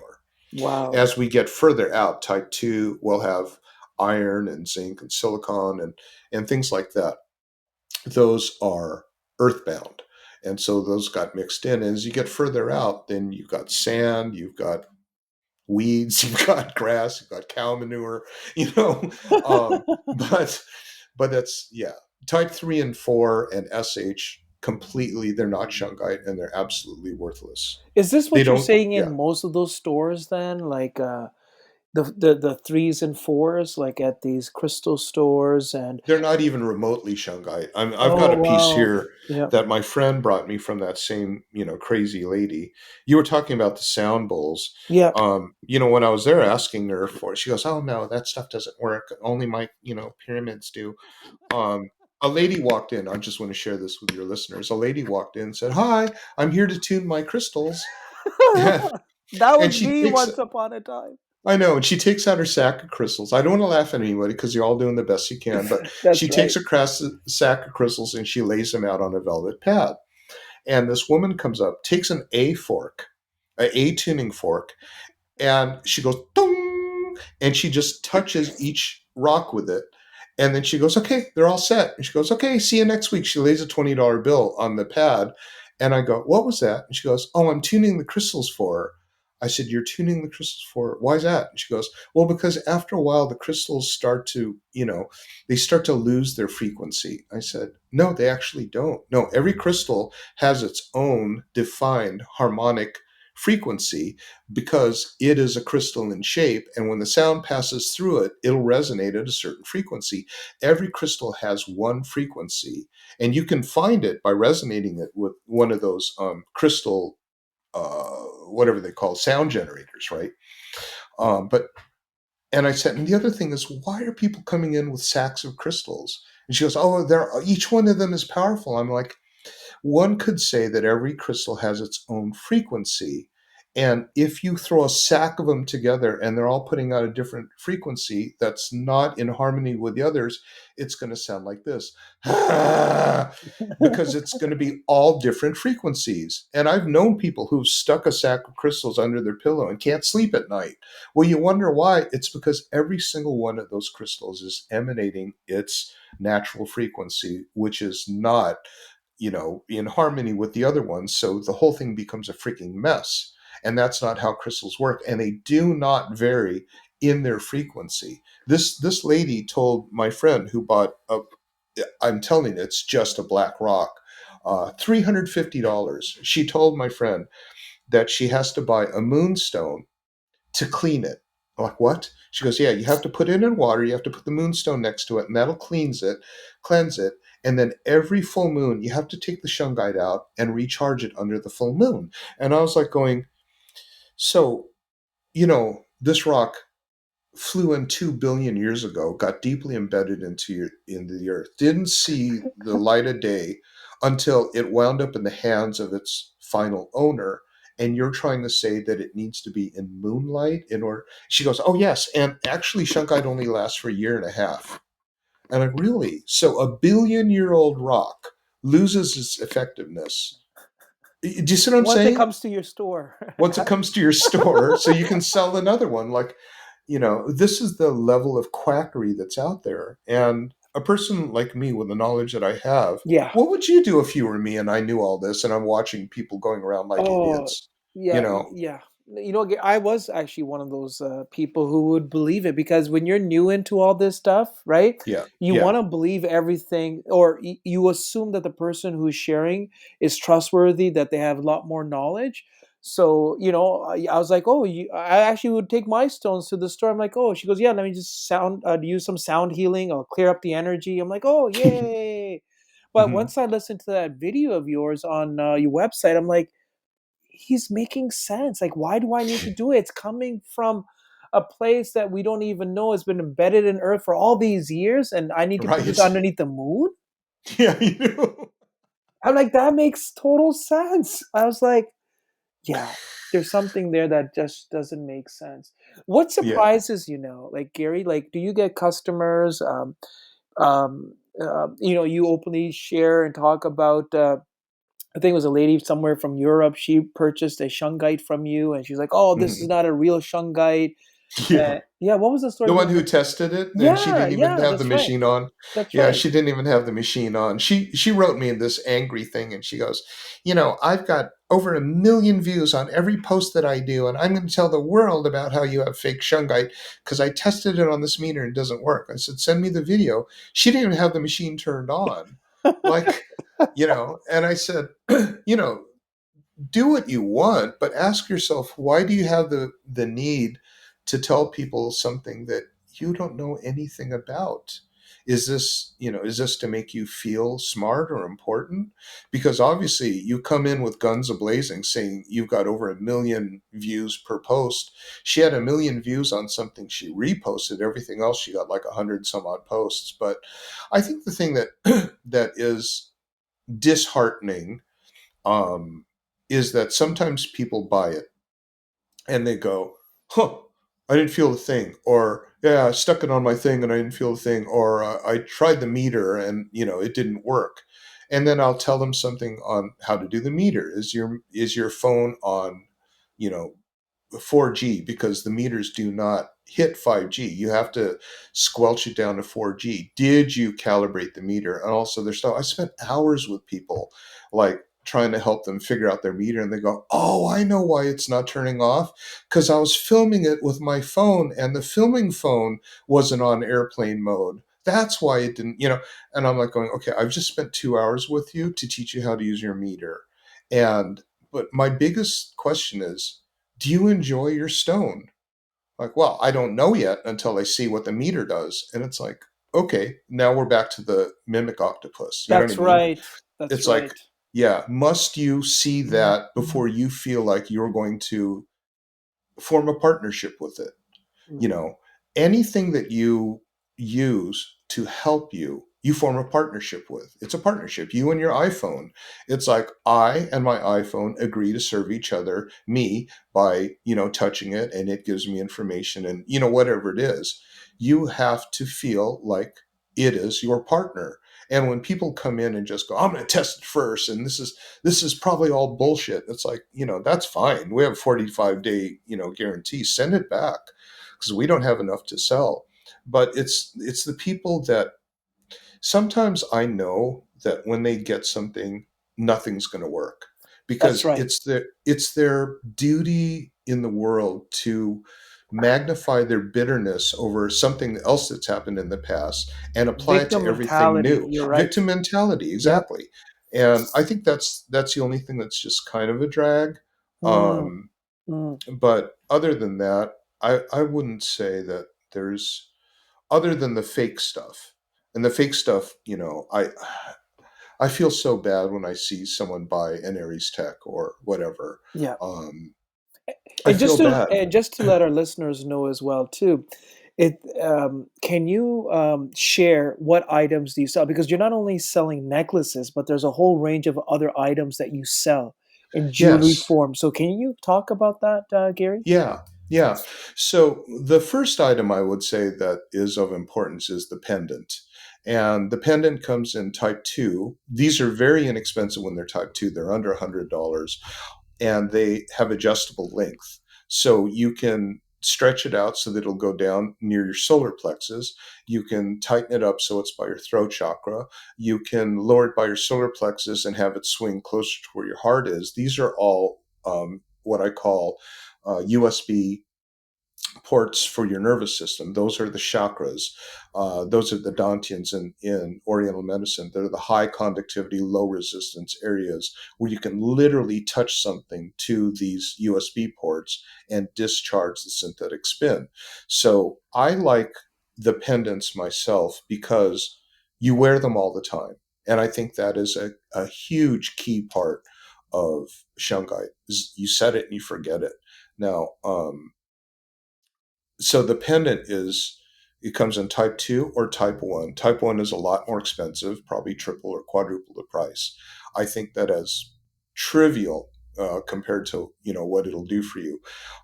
Then we have bracelets that the bracelets I found that anything that encircles you completely gives you almost a disorienting spin of relief. I've had people put on my mala beads, and I'll say, "Don't make up anything. Just put it on, and just does nothing." Go, oh my God, are you kidding? This what is this? I've had people put things on and just go, "Oh my God, that is just so." Wait, can you stop talking so I can just feel this? You know what I mean? So it's Wow. that, and so those are the things that circle you. So it would be necklaces, bracelets. The mala beads are absolutely phenomenal. And they're all I have type a 2? yeah, they're all type Okay. 2. No, I have type 1 necklaces and bracelets. I think we don't have any, we won't have any for quite a while because they're very, very hard to make. You can imagine taking a bunch of little type 1 That's rocks, right. drilling a hole in them, and then putting a string through them. They're Yeah. very hard to make. And then we have um, obviously the cell plates. The cell plates are a huge, huge popular item for us. And that really comes from that study that's in my medical um, evidence section of my website. And it is the most amazing study that I've seen. It's I call it Shungite cell plates proven to dramatically reduce physiological stress in a 15-minute phone call. These people just flat out proved in the most brilliantly designed test of Shungite with cell phones absolutely proved the efficacy of them. I don't know if you saw that video, but it was one of the biggest, I would say, ever, kind of almost in the history of anything to do with Shungite. Um, did you see that No, test or? I don't remember. I'll No, explain it to no, you. sorry. You know what? Yes, here I saw it, but I already know that Yeah, Shungai can't support, so that's the reason why I didn't watch it. I know the benefits of Shungite, and just listening to the other videos, I go, yes, this Shungite's going to definitely help. And I think it's for yeah. like newbies who are trying to really make sure, but I didn't watch it to answer your question. Yeah, Oh, that's okay. That's okay. But just so the viewers know, and I'll say it really super quick, they did sure. 3 tests.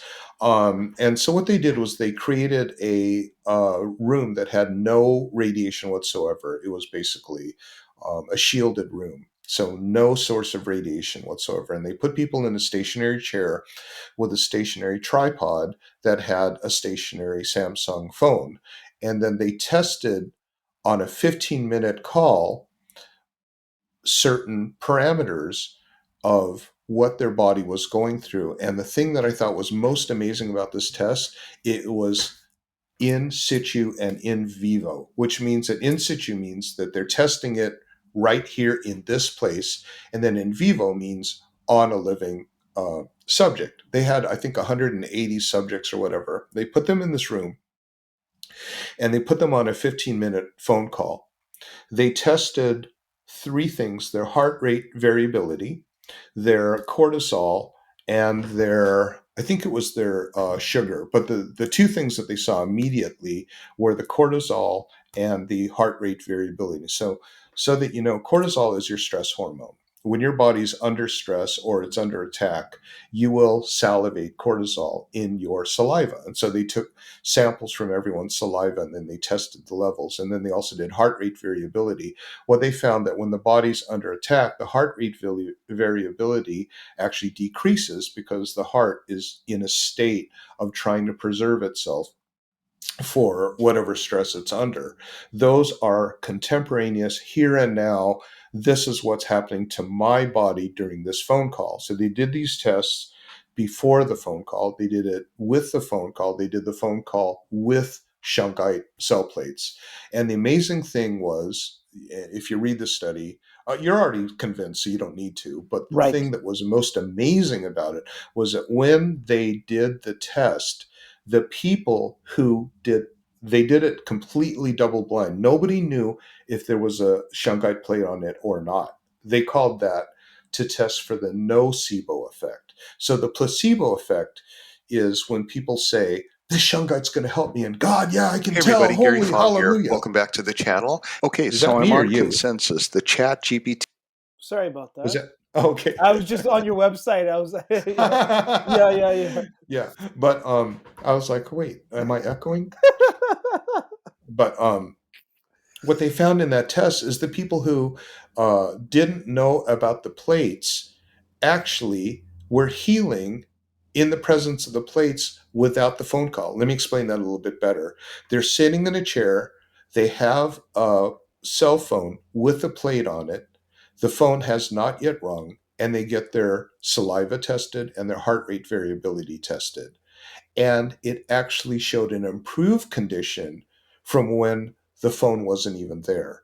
In other Wow. words, the presence of the cell plate was causing them to heal, which was, I looked at the study over and over again, and it's repeatable, and it was a very, very well architected test. And that to me was just like, there is no other proof. By the way, they did mention that they used these radiation stickers like the Aries Tech and found absolutely no efficacy. The So power of these Shungite, the Shungite, it's just amazing, Gary.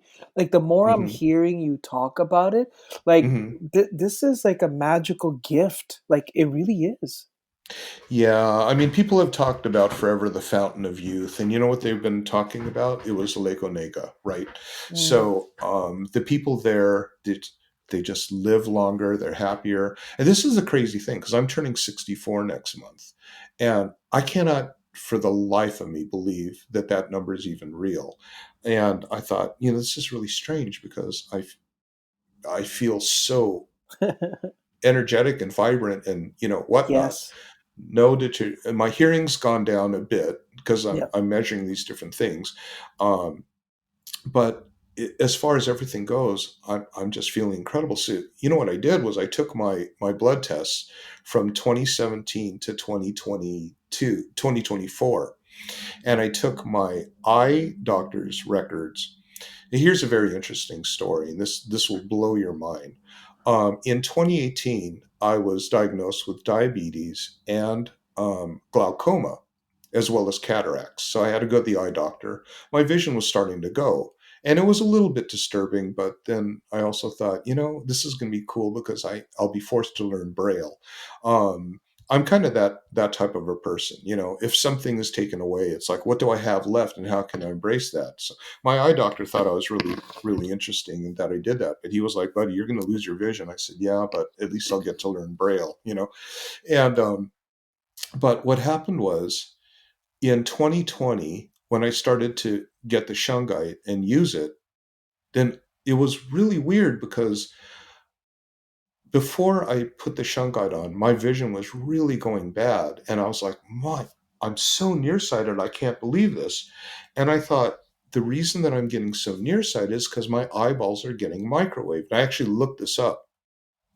Temperature of your eyeball actually goes up when, because it's water, right? So microwaves actually start molecules moving, kinetic fashion, which it causes the heat. It makes your eyeball bigger. When your eyeball is bigger, then the resolution, the resolving point on your retina actually is in front of your retina because your eyeball just grew. That's why nearsighted people, they have an elongated eyeball. I don't know Mm. if you know that, but Right, that's why right. they're That's right. nearsighted. That's And the right. lens kind of corrects, the refraction so that it Right. resolves on the back of the retina. When your eyeball grows due to this microwave heat, you're going to get nearsighted. And that was really freaking me out. When I got the Shungite, my vision completely improved. And I thought, this is really strange. So I went back to the eye doctor. This is, by the way, in the book, because I'm going to put my complete medical records up there. He looked at it. You're not going to believe this because this is not really medically possible. The glaucoma was cured. Wow. Yeah, the my vision, which was I think before corrected at 2150, went to 2040. Um, I've got the records right here Wow. because I'm actually doing this in the book. And the cataract stabilized. All of these things they said does not occur. This is a reversal of age. And then I started to go, wow, this is really strange. Let me look up my diabetes. And I went in and I was looking at my H1N, whatever those numbers are, HNC numbers are, wait, it's H1. But it's the indicator for glucose sensitivity. And since I started the Shungite, it went from diabetic down to normal levels. And so I was like, what is this? So I took all of my records, I scanned them, put them into consensus, and I said, tell me what to make of these tests. And it literally said that you are experiencing a reversal in aging. And I thought, wow, that's really weird. And I think maybe you saw my video where I pulled up a video or photo of me 5 years ago. Right, I did. Yeah. I didn't even realize that. I mean, I know that I haven't like slowed down any or whatever. In fact, if anything, I'm more energetic and happier and clear. My mind is so clear in its ability to perceive and express and create. Um, but I knew that nothing a lot has changed. But you look at yourself in the mirror every day, and someone Yeah. who sees you 5 years later goes, "Holy shit, you put on a lot of weight." You don't know it That's because right. it's a day by day thing. But for me, I look in the mirror and I go, "Yeah, haven't changed, but I'm actually looking younger," and that's the weird part. It's like if I'm looking younger, I wonder if I actually am. So I put all of those blood tests into Consensus AI, had it analyze it, and says you are experiencing a reversal in aging. And that's what they talked about with the waters of Lake Onega. It is the fountain of youth. How many? So this is like after weeks and months you wearing these Shungite that you started to see 5 years. 5 5 years. years, yeah. Got it. And it's really interesting because I'm friends with Jeffrey and Clayton at FLFE, That's right. Have and you been to their place in yes, Nelson? I have, Me and it too. was an Me too. Yeah. amazing experience. It was beautiful. Yep. I got to see the machine and that vortex that's in the Yep. in the room outside of the podcasting room. That thing was amazing. But we had a really great discussion with them, and they picked us out of, I don't know, like 80 vendors. They said you were the only one that came across. They tested the Shungite in so many ways. They did pendulum testing, Right. they did everything, and they Muscle said this guy's, testing. Yeah. yeah, Yeah. yeah. They did the Biofeedback. diamond, Yeah. yeah, the diamond biofeedback test and Yeah. all that. And they said this is the real deal, and they said this guy is the real deal. Yeah. And so they had us out, and they said, we really would like to make sure that our users get only the real stuff, and we feel like you're the only person who can do it. And so we had just a really great meeting with them. So when they put out, and of course I'm a subscriber, and I can't tell a ton of difference unless there's a communal moment of silence. I did that on the podcast that they did. They did a Zoom meeting Okay. when they introduced the EMF mitigation thing, Right. and they did a moment of silence, and I was like going, "Holy smokes, did I feel that?"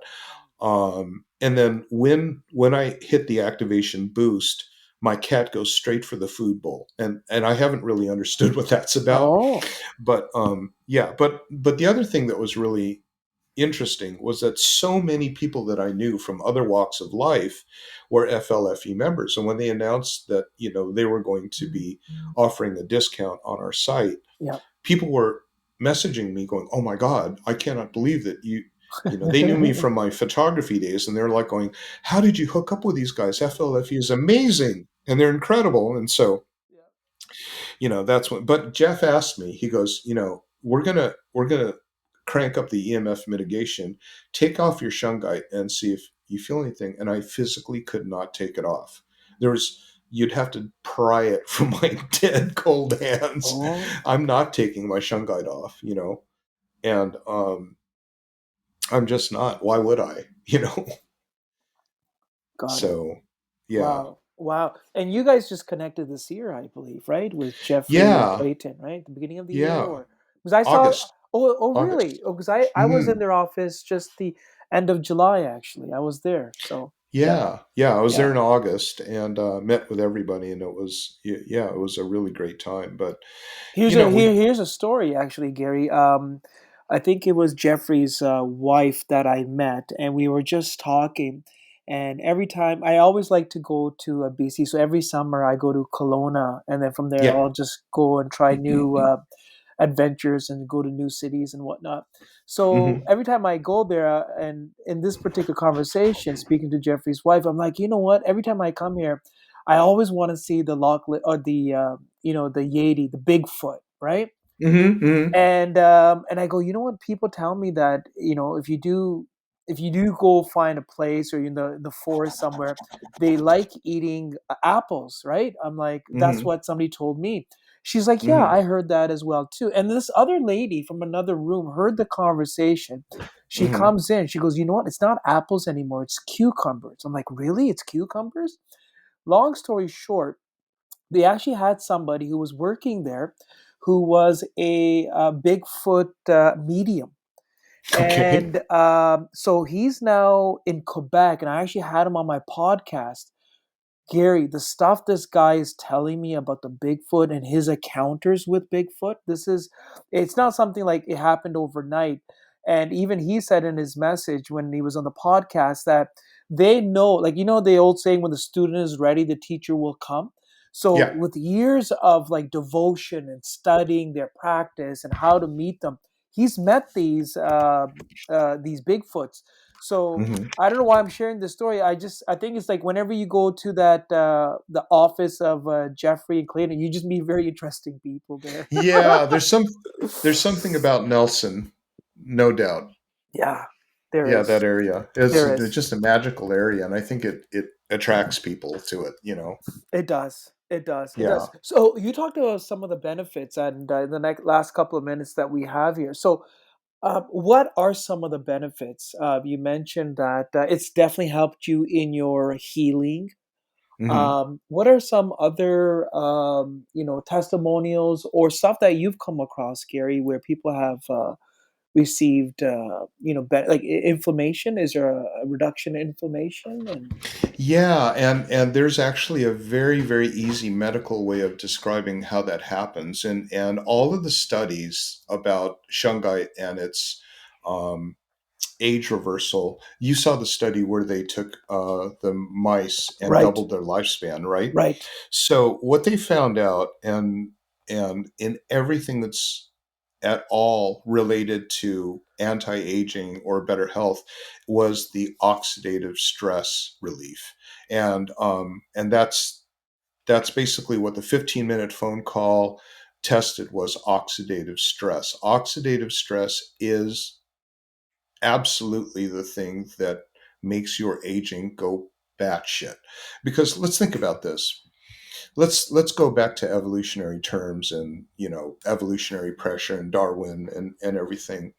If you are a vessel whose only job is to survive into the next generation, then and only the survival of the fittest, then doesn't it make sense that if you are incredibly stressed, you're probably not going to make it.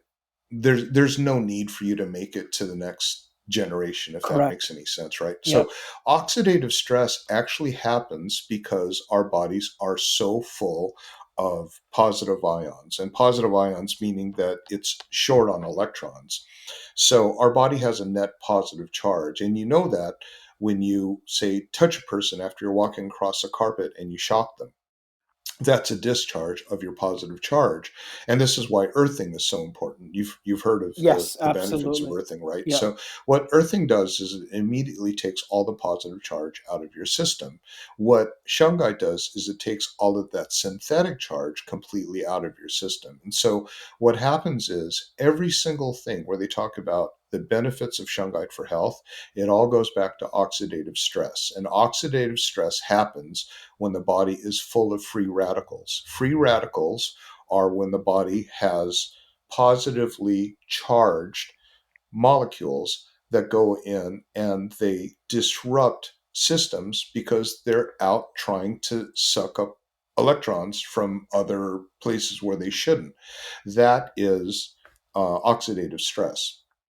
And that comes from, oxidation. Shungite works directly on oxidative stress. And oxidative stress, if you're a medical researcher and you want to say, hey, I want to find out how this works, focus on oxidative stress, because that's basically how it alleviates all of these problems. And once you get into that type of a thing and knowing how the shungite can completely disable the disruption of synthetic radio signals, then you understand why people won't need to be getting fat anymore. People won't be getting like all of these muscle aches, body aches that they've been getting because of the exposure to the radiation. So, yeah, those are the benefits. One thing that's really kind of interesting as a side note is I noticed when, as soon as that thing hit, the 5G thing hit, I was constantly having body aches, muscle aches. It's like I'd wake up in the morning and my abs felt like I did 300 sit ups, or my legs felt like I walked up, 50 flights of stairs. I couldn't figure it out. But one thing that was really weird is my body was becoming very, very buffed, and that made no sense at all. My muscles were actually getting larger. My right calf doesn't really fit into pants, just because it's so large. So I bulked up, and I was getting muscle stiffness all the time. Now I know through just whatever I've done in the physical world that the muscle stiffness comes from lactic acid buildup. That's anaerobic respiration. That means that the body did not have enough oxygen to resupply the muscles, and so it was breaking muscle fibers. Does that make sense? It Or is does. that too? Okay. Yep. So that's what we do when we do anaerobic exercise. We starve the muscles for oxygen. We break the fibers so that when we have our rest day, the fibers can rebuild, but thicker and stronger. What happens in a high level of radiation is that we've got a molecule called myoglobin. And the myoglobin is the one that supplies oxygen specifically to muscles. When you have a porphyrin that is vibrating, and I like to call it glow in the dark. If you want to think of a porphyrin, it's glow in the dark, which means after you take the light off, it's still glowing. It's a Mm. translucent molecule. That's why they use it as a radioactive tracer. In France, they put a purple dye on it, and literally they can put someone in the dark. If they have a lot of porphyrins, they'll glow purple. This is a radioactive tracer. So what happens is when they wait, were we talking about metabolism? We talk muscles, yeah. So what happens is when we are in an anaerobic situation where the myoglobin is connected to porphyrin. The porphyrin is vibrating like a bat out of hell. So the myoglobin, the magnesium, which is supposed to find an oxygen, pair together and create a myoglobin, can't do that because this porphyrin is vibrating so crazily.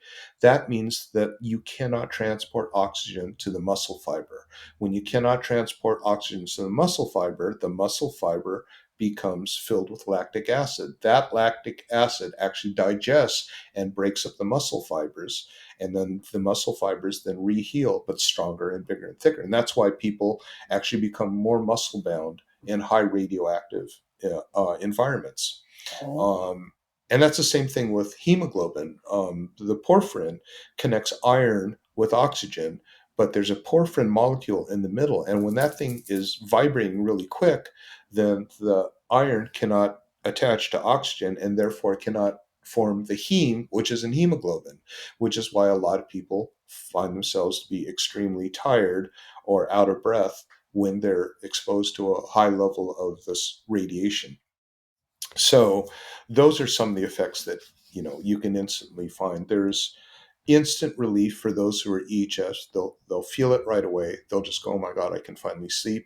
There are people who um, will feel the benefit after a long time. They'll just go, "Oh my God, I didn't really realize it until I looked at photos of myself." It's really funny, and this is kind of I don't know. I don't know. Anyway, so my high school just had its 45th reunion, right? Yeah. And obviously they sent out photos, and my kids are 13, and they're looking at them, and I go, "Oh, that was my best friend from high school," and my daughter goes, "That lady, that old lady, she could be your mother," and I was like going, "Oh, baby." She could be your mother, but but it's kind of a remarkable thing. And if it turns out that, me being 64 and looking and feeling like I did, but Yeah. now I've got the medical records to prove it, wouldn't that be quite the news making thing? Like homeboy, invented the Yes. the secret to, you know, lifelong whatever reversal of aging, right, or whatever it is. I mean, that would be massive news. I'm looking at it going, okay, I know this is real because I have these medical records in front of me. I know this is real because I'm sitting here looking in the mirror. But wouldn't that be interesting if I was like 84 Absolutely. But this is the and stuff didn't? that they, Yeah, they, they want to repress in the media, right? They don't want to share this because they'd rather make profits through the pharmacology and how the whole system, the matrix is set up, right? So yeah. you can get there's a lot of low hanging fruit in people who buy big pharma, right? Because Yeah. to get anyone to believe that a rock is going to help you, that's a tall order. Oh, it's true. you know Absolutely. Yeah. if I wasn't so fastidious about my research and didn't have like the ability to explain things to people, because I've had to teach a lot of classes, and you have to take things that are complicated and digest it for people. If I didn't have those two things, we wouldn't be sitting here right now and you'd know nothing about shungite. Oh, it's true. So so that's kind of like my responsibility. I know about it, I've experienced it, I know how to explain it, and I'm just at the point where I can guarantee a a clean supply of actual shungite to the customer, whereas I'm 100% positive that it's not out there, because I've seen how small our mines are, and I've seen how the lake is. It's a big lake, but to find those pockets So that, Gary, when you yeah. when you're going next year, you said that in Hmm. 2025, Hmm. you're going to take a trip to Russia to this lake. Hmm. Is this like UNESCO site? Is this protected by the government? Do No, you need special no. permission? Um, like, do the families that live close to this lake, are their houses just filled with this stuff and it's just sitting there? Like, No, I'm I just don't know until curious. Yeah. I don't know until I get there. I talk to the miners probably a few times a week. Yeah.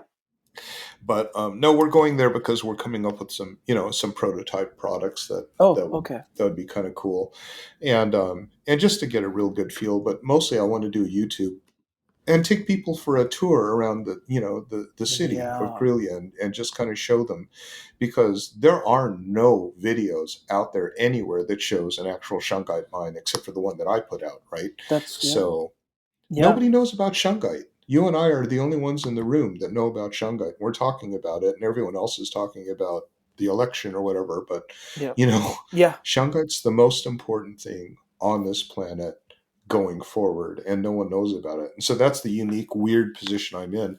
Don't really want to publicize it all that super much, Yeah. because I don't want people who haven't come to it through organic means to take away the supply from people like you or I, the ones who seek things out and Correct. find that union with that entanglement that we were Absolutely. promised. We're supposed to meet this rock at age 28 or Yep. whatever.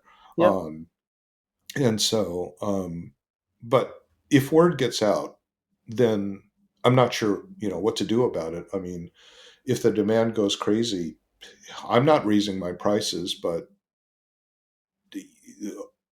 what can I possibly do except send the few pieces that I do at prices that are just reasonable, you know? Yes, yes. Um, Like I even noticed, like on your website, it's not like you keep like 100, type ones. Like, and if I remember correctly, I think it's just maybe half a dozen or a dozen, right? Like, Yeah, that's yeah, all we've got. I mean, I have to test them individually. It takes me about 15, 20 minutes to test each one. yeah, And then, and we don't get that many because, like I was asking the miner, he says, my number two, we're on number two right now, and it's depleted of deep mines. He goes, we can find a few that have kind of like that are on the floor after being harvested. Previously they might have broken off, but right now we're not finding a lot of type 1, and we're definitely not finding DMGs. You can see it. Just imagine a wall that's just a rock wall, but there's this little area that's beautifully shiny, like your rock, and you right, go, "Oh my God, that is type 1. That is the pure." yeah, Because it's like an ice cream marmalade or whatever. It's type 1, type 2. Outside of the mine, it's 3, 4 right, sh. But on the inside it's 1 and 2. But trying to find that little chunk of type 1, that's again, it's 100,000 to 1. and yeah, and at some point, we'll all go, my God, you had your hands on that. And like Bitcoin, I bought Bitcoin yeah. for $60. Oh, did you really? No, I Oh, didn't. oh, okay. I was like, No, I'm damn. kidding. Oh, but okay. Yeah, but exactly. once everybody knows about it, everyone's going to say, "Oh my God, Yeah, I could have done this, I could have had that." And it's just like, well, we're here now, and you're not doing yeah, anything, and that's okay. exactly. Oh, here's a question. You did Hmm. mention it, and I want to get a little bit more information. The Shungite, can you explain just in layman words, fluorine? Fluorine, right? Is that, am I saying that right? It starts with the, Fluorine, yeah. yeah, it's an element. Hmm. So it's an element. So Yes. what's special about this element in the Shungite? This Oh, fullerene. I thought you fullerene. meant Sorry. Oh fluorine. no, Oh yeah, sorry. No, fullerene. fullerene. Fullerene. Yeah. Yes, yeah. So fullerene is a configuration of 60 carbon atoms that are basically bound together like a soccer ball. Got it. Nobody knows why it took on that critical kind of a dimension, but there's something really powerful with hexagons. We don't know, but graphene is all hexagons. It's a single monolayer sheet of hexagons. We know that beehives are hexagons. We don't know why they're so powerful. We know that the carbon Mm, atom is a hexagon. And we do know that the fullerene is a bunch of hexagons that have been put into a soccer ball. Now, we don't know what it is about that geometry that makes it so amazing, but it is. And my sense of it is because it has all that bond affinity, it has all that positive universal direction spin that makes it so powerful that it does nothing but just blow up with universal harmonious vibrational energy. And that's what it is. It's basically a, a power pellet of natural energy. I guess that's wow. the best way to explain it. It's as natural as one can be. When you touch it to your USB ports, your chakras, Yeah. then you are basically cleansing out all of that static junk. And once you know that feeling of being relieved of it, then you just don't want to have that buildup. And yeah, I admit I probably do wear a lot of it, and How long do you have I'm to probably wear the? like that. Like, is it like a, have you tested like wearing it for 10 minutes a day, like skin contact, like you said, you wear them, you wear the necklaces and what you have there with you. But do you know like if for like an average, like, oh yeah, if you wear it for 10 minutes, it does a complete you know uh I don't want to say like electrical detox, I guess, if I can say that, or Yeah, so it depends on, how EHS people are. The ones yeah, that I've met who can tell right away, they'll feel it as yeah, soon as they touch it. As soon as they even lay a finger on a type 2 piece, they'll feel it. And so I would say that the discharge is instantaneous, just like earthing or grounding. It's that static release wow, is instantaneous. wow, But then you take your finger off the shungite, and guess what happens? and that Mm, all goes right back in your system, right? So call it what you want. Call it a yeah. noise filter. Call it Yep. a whatever. But that's basically what it does. Is it gives instantaneous relief, and I dare not take it off. Yeah. Um, that's a terrifying thought to me, Yeah. because then I'm exposed to all of this That's right. invading signals, and that's not where I want to be. And with a person that knows what I know, and as you get deeper into Shungite, you'll know these things too. There will be a large part of you that just wants to save everybody you know and love, and that's the part Exactly. that's hard because they'll just go, "Oh, you're just are you going to wear a tinfoil hat next?" Things like that, right? So, Wow. but I've just decided that just they're going to come to it, and I'm here to answer questions. Gary, I was watching this video once I started watching your videos just to see if there was more information on YouTube. Hmm. And I think this was maybe he was an American or a European. And even he mentioned, he was talking about how you mentioned earlier that, the Russian soldiers they would actually be given a stone of shungite. Yes, to carry into battle. Hmm. Exactly. And if they ever needed water, they can actually take a glass of water from a river or a stream. And as long as they Hmm. dip the shungite inside Hmm. the glass, Hmm. it Yeah. would pull all the bacteria or clean the water, I guess, in simple terms. Yes. I was like, Yeah. oh my God, this is unbelievable. Yeah, water preparation is a massive thing, and you've probably seen other videos where people have two plants and they water one in shungite water and water the other in regular, and how much longer it lasts or how much healthier it. Really? Eh? I saw someone did a tomato thing, but one Oh, thing that I realized, and you forget about these things until you just go, "Hey, wait a minute, my cat is now 13 years old." And it's mm, like I should bring her on a YouTube. You would go, that cat looks like she's 3 or 4. All she wow. gets is shungite water. So, and all my plants get is shungite water and So do you just everything. dip like I have the necklace? Like would I just dip it like in a glass of water for a couple Yeah, seconds yeah. and then just pour it into a plant? Like No, put it oh in. Put it in for maybe 15 minutes. But yeah. what's really cool is unlike that crystal shop lady who Yeah. says you're going to wear it out.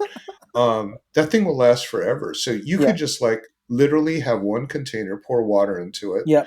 um, and then dump that water into another bigger container and Yeah. just do that all day long and have a 5 gallon thing of Wow. shungite treated water, right? Yeah. So yeah, your pendant can have multiple uses, and Yeah. and that's what I love about it. But you have to respect the rock. That's a thing. That's what it If you is. just if you ignore it, if you don't give it your partnership energy, Mm, if you ignore your iPhone, no one's going to text you back, right? that's right. No one's going to care about your Instagram story. If you ignore it, then that all There disappears. has So to be a you sense of respect, a mutual respect. Yes. exactly, Yeah, exactly, because it's like a good relationship it or is. having a pet. If Absolutely. you don't treat it with respect, then you'll get what you put into it, and that's the thing. You don't want to put too much into it. You don't want to be taking bags of things to a crystal store and having them touch it with a tuning fork because that's a little too into it. Here's a really funny thing. You're aware of the 440 hertz A, right? Are you aware of that? How 448? No. 440 hertz A. Okay, so you can find this out, but Okay. Rockefellers and Oh, it was mostly the Rockefellers who took. So concert A is a certain sound. okay. It's always been 428 hertz roughly, Right. but until they had the ability to sense, the frequency, everyone was just kind of like that sounds right. So you could go to Salzburg and they'd be playing, the fifth concerto or whatever, Right. and it would start off at 428 hertz or 430 hertz, but whatever the concert master, whatever the piano had, they said this is a, you know what I mean? Well, the A that they had was a very harmonious. I think it was 428 hertz. It's a very, very beautiful sound. The Rockefellers made Philips, the recording company, when they started to make phonographs, they made them change the A reference standard to ISO 440 hertz. And as you know, ISO is International Standards Organization for temperature, for film speed, for whatever, um, brake strength. Um, he made it 440. They have found that 440 is extremely disturbing and anxiety provoking to people. And you can find this on YouTube. Just find a song that has been tuned down to 428 hertz versus 440, and you'll say, my God, I like that song so much better. So, what the 440 is actually disruptive to our systems. It's actually kind of like nail scratching on a chalkboard. And so she takes this tuning fork, which is 440 hertz, and touches the crystal, not knowing that it is the most disruptive Oh, frequency in the universe.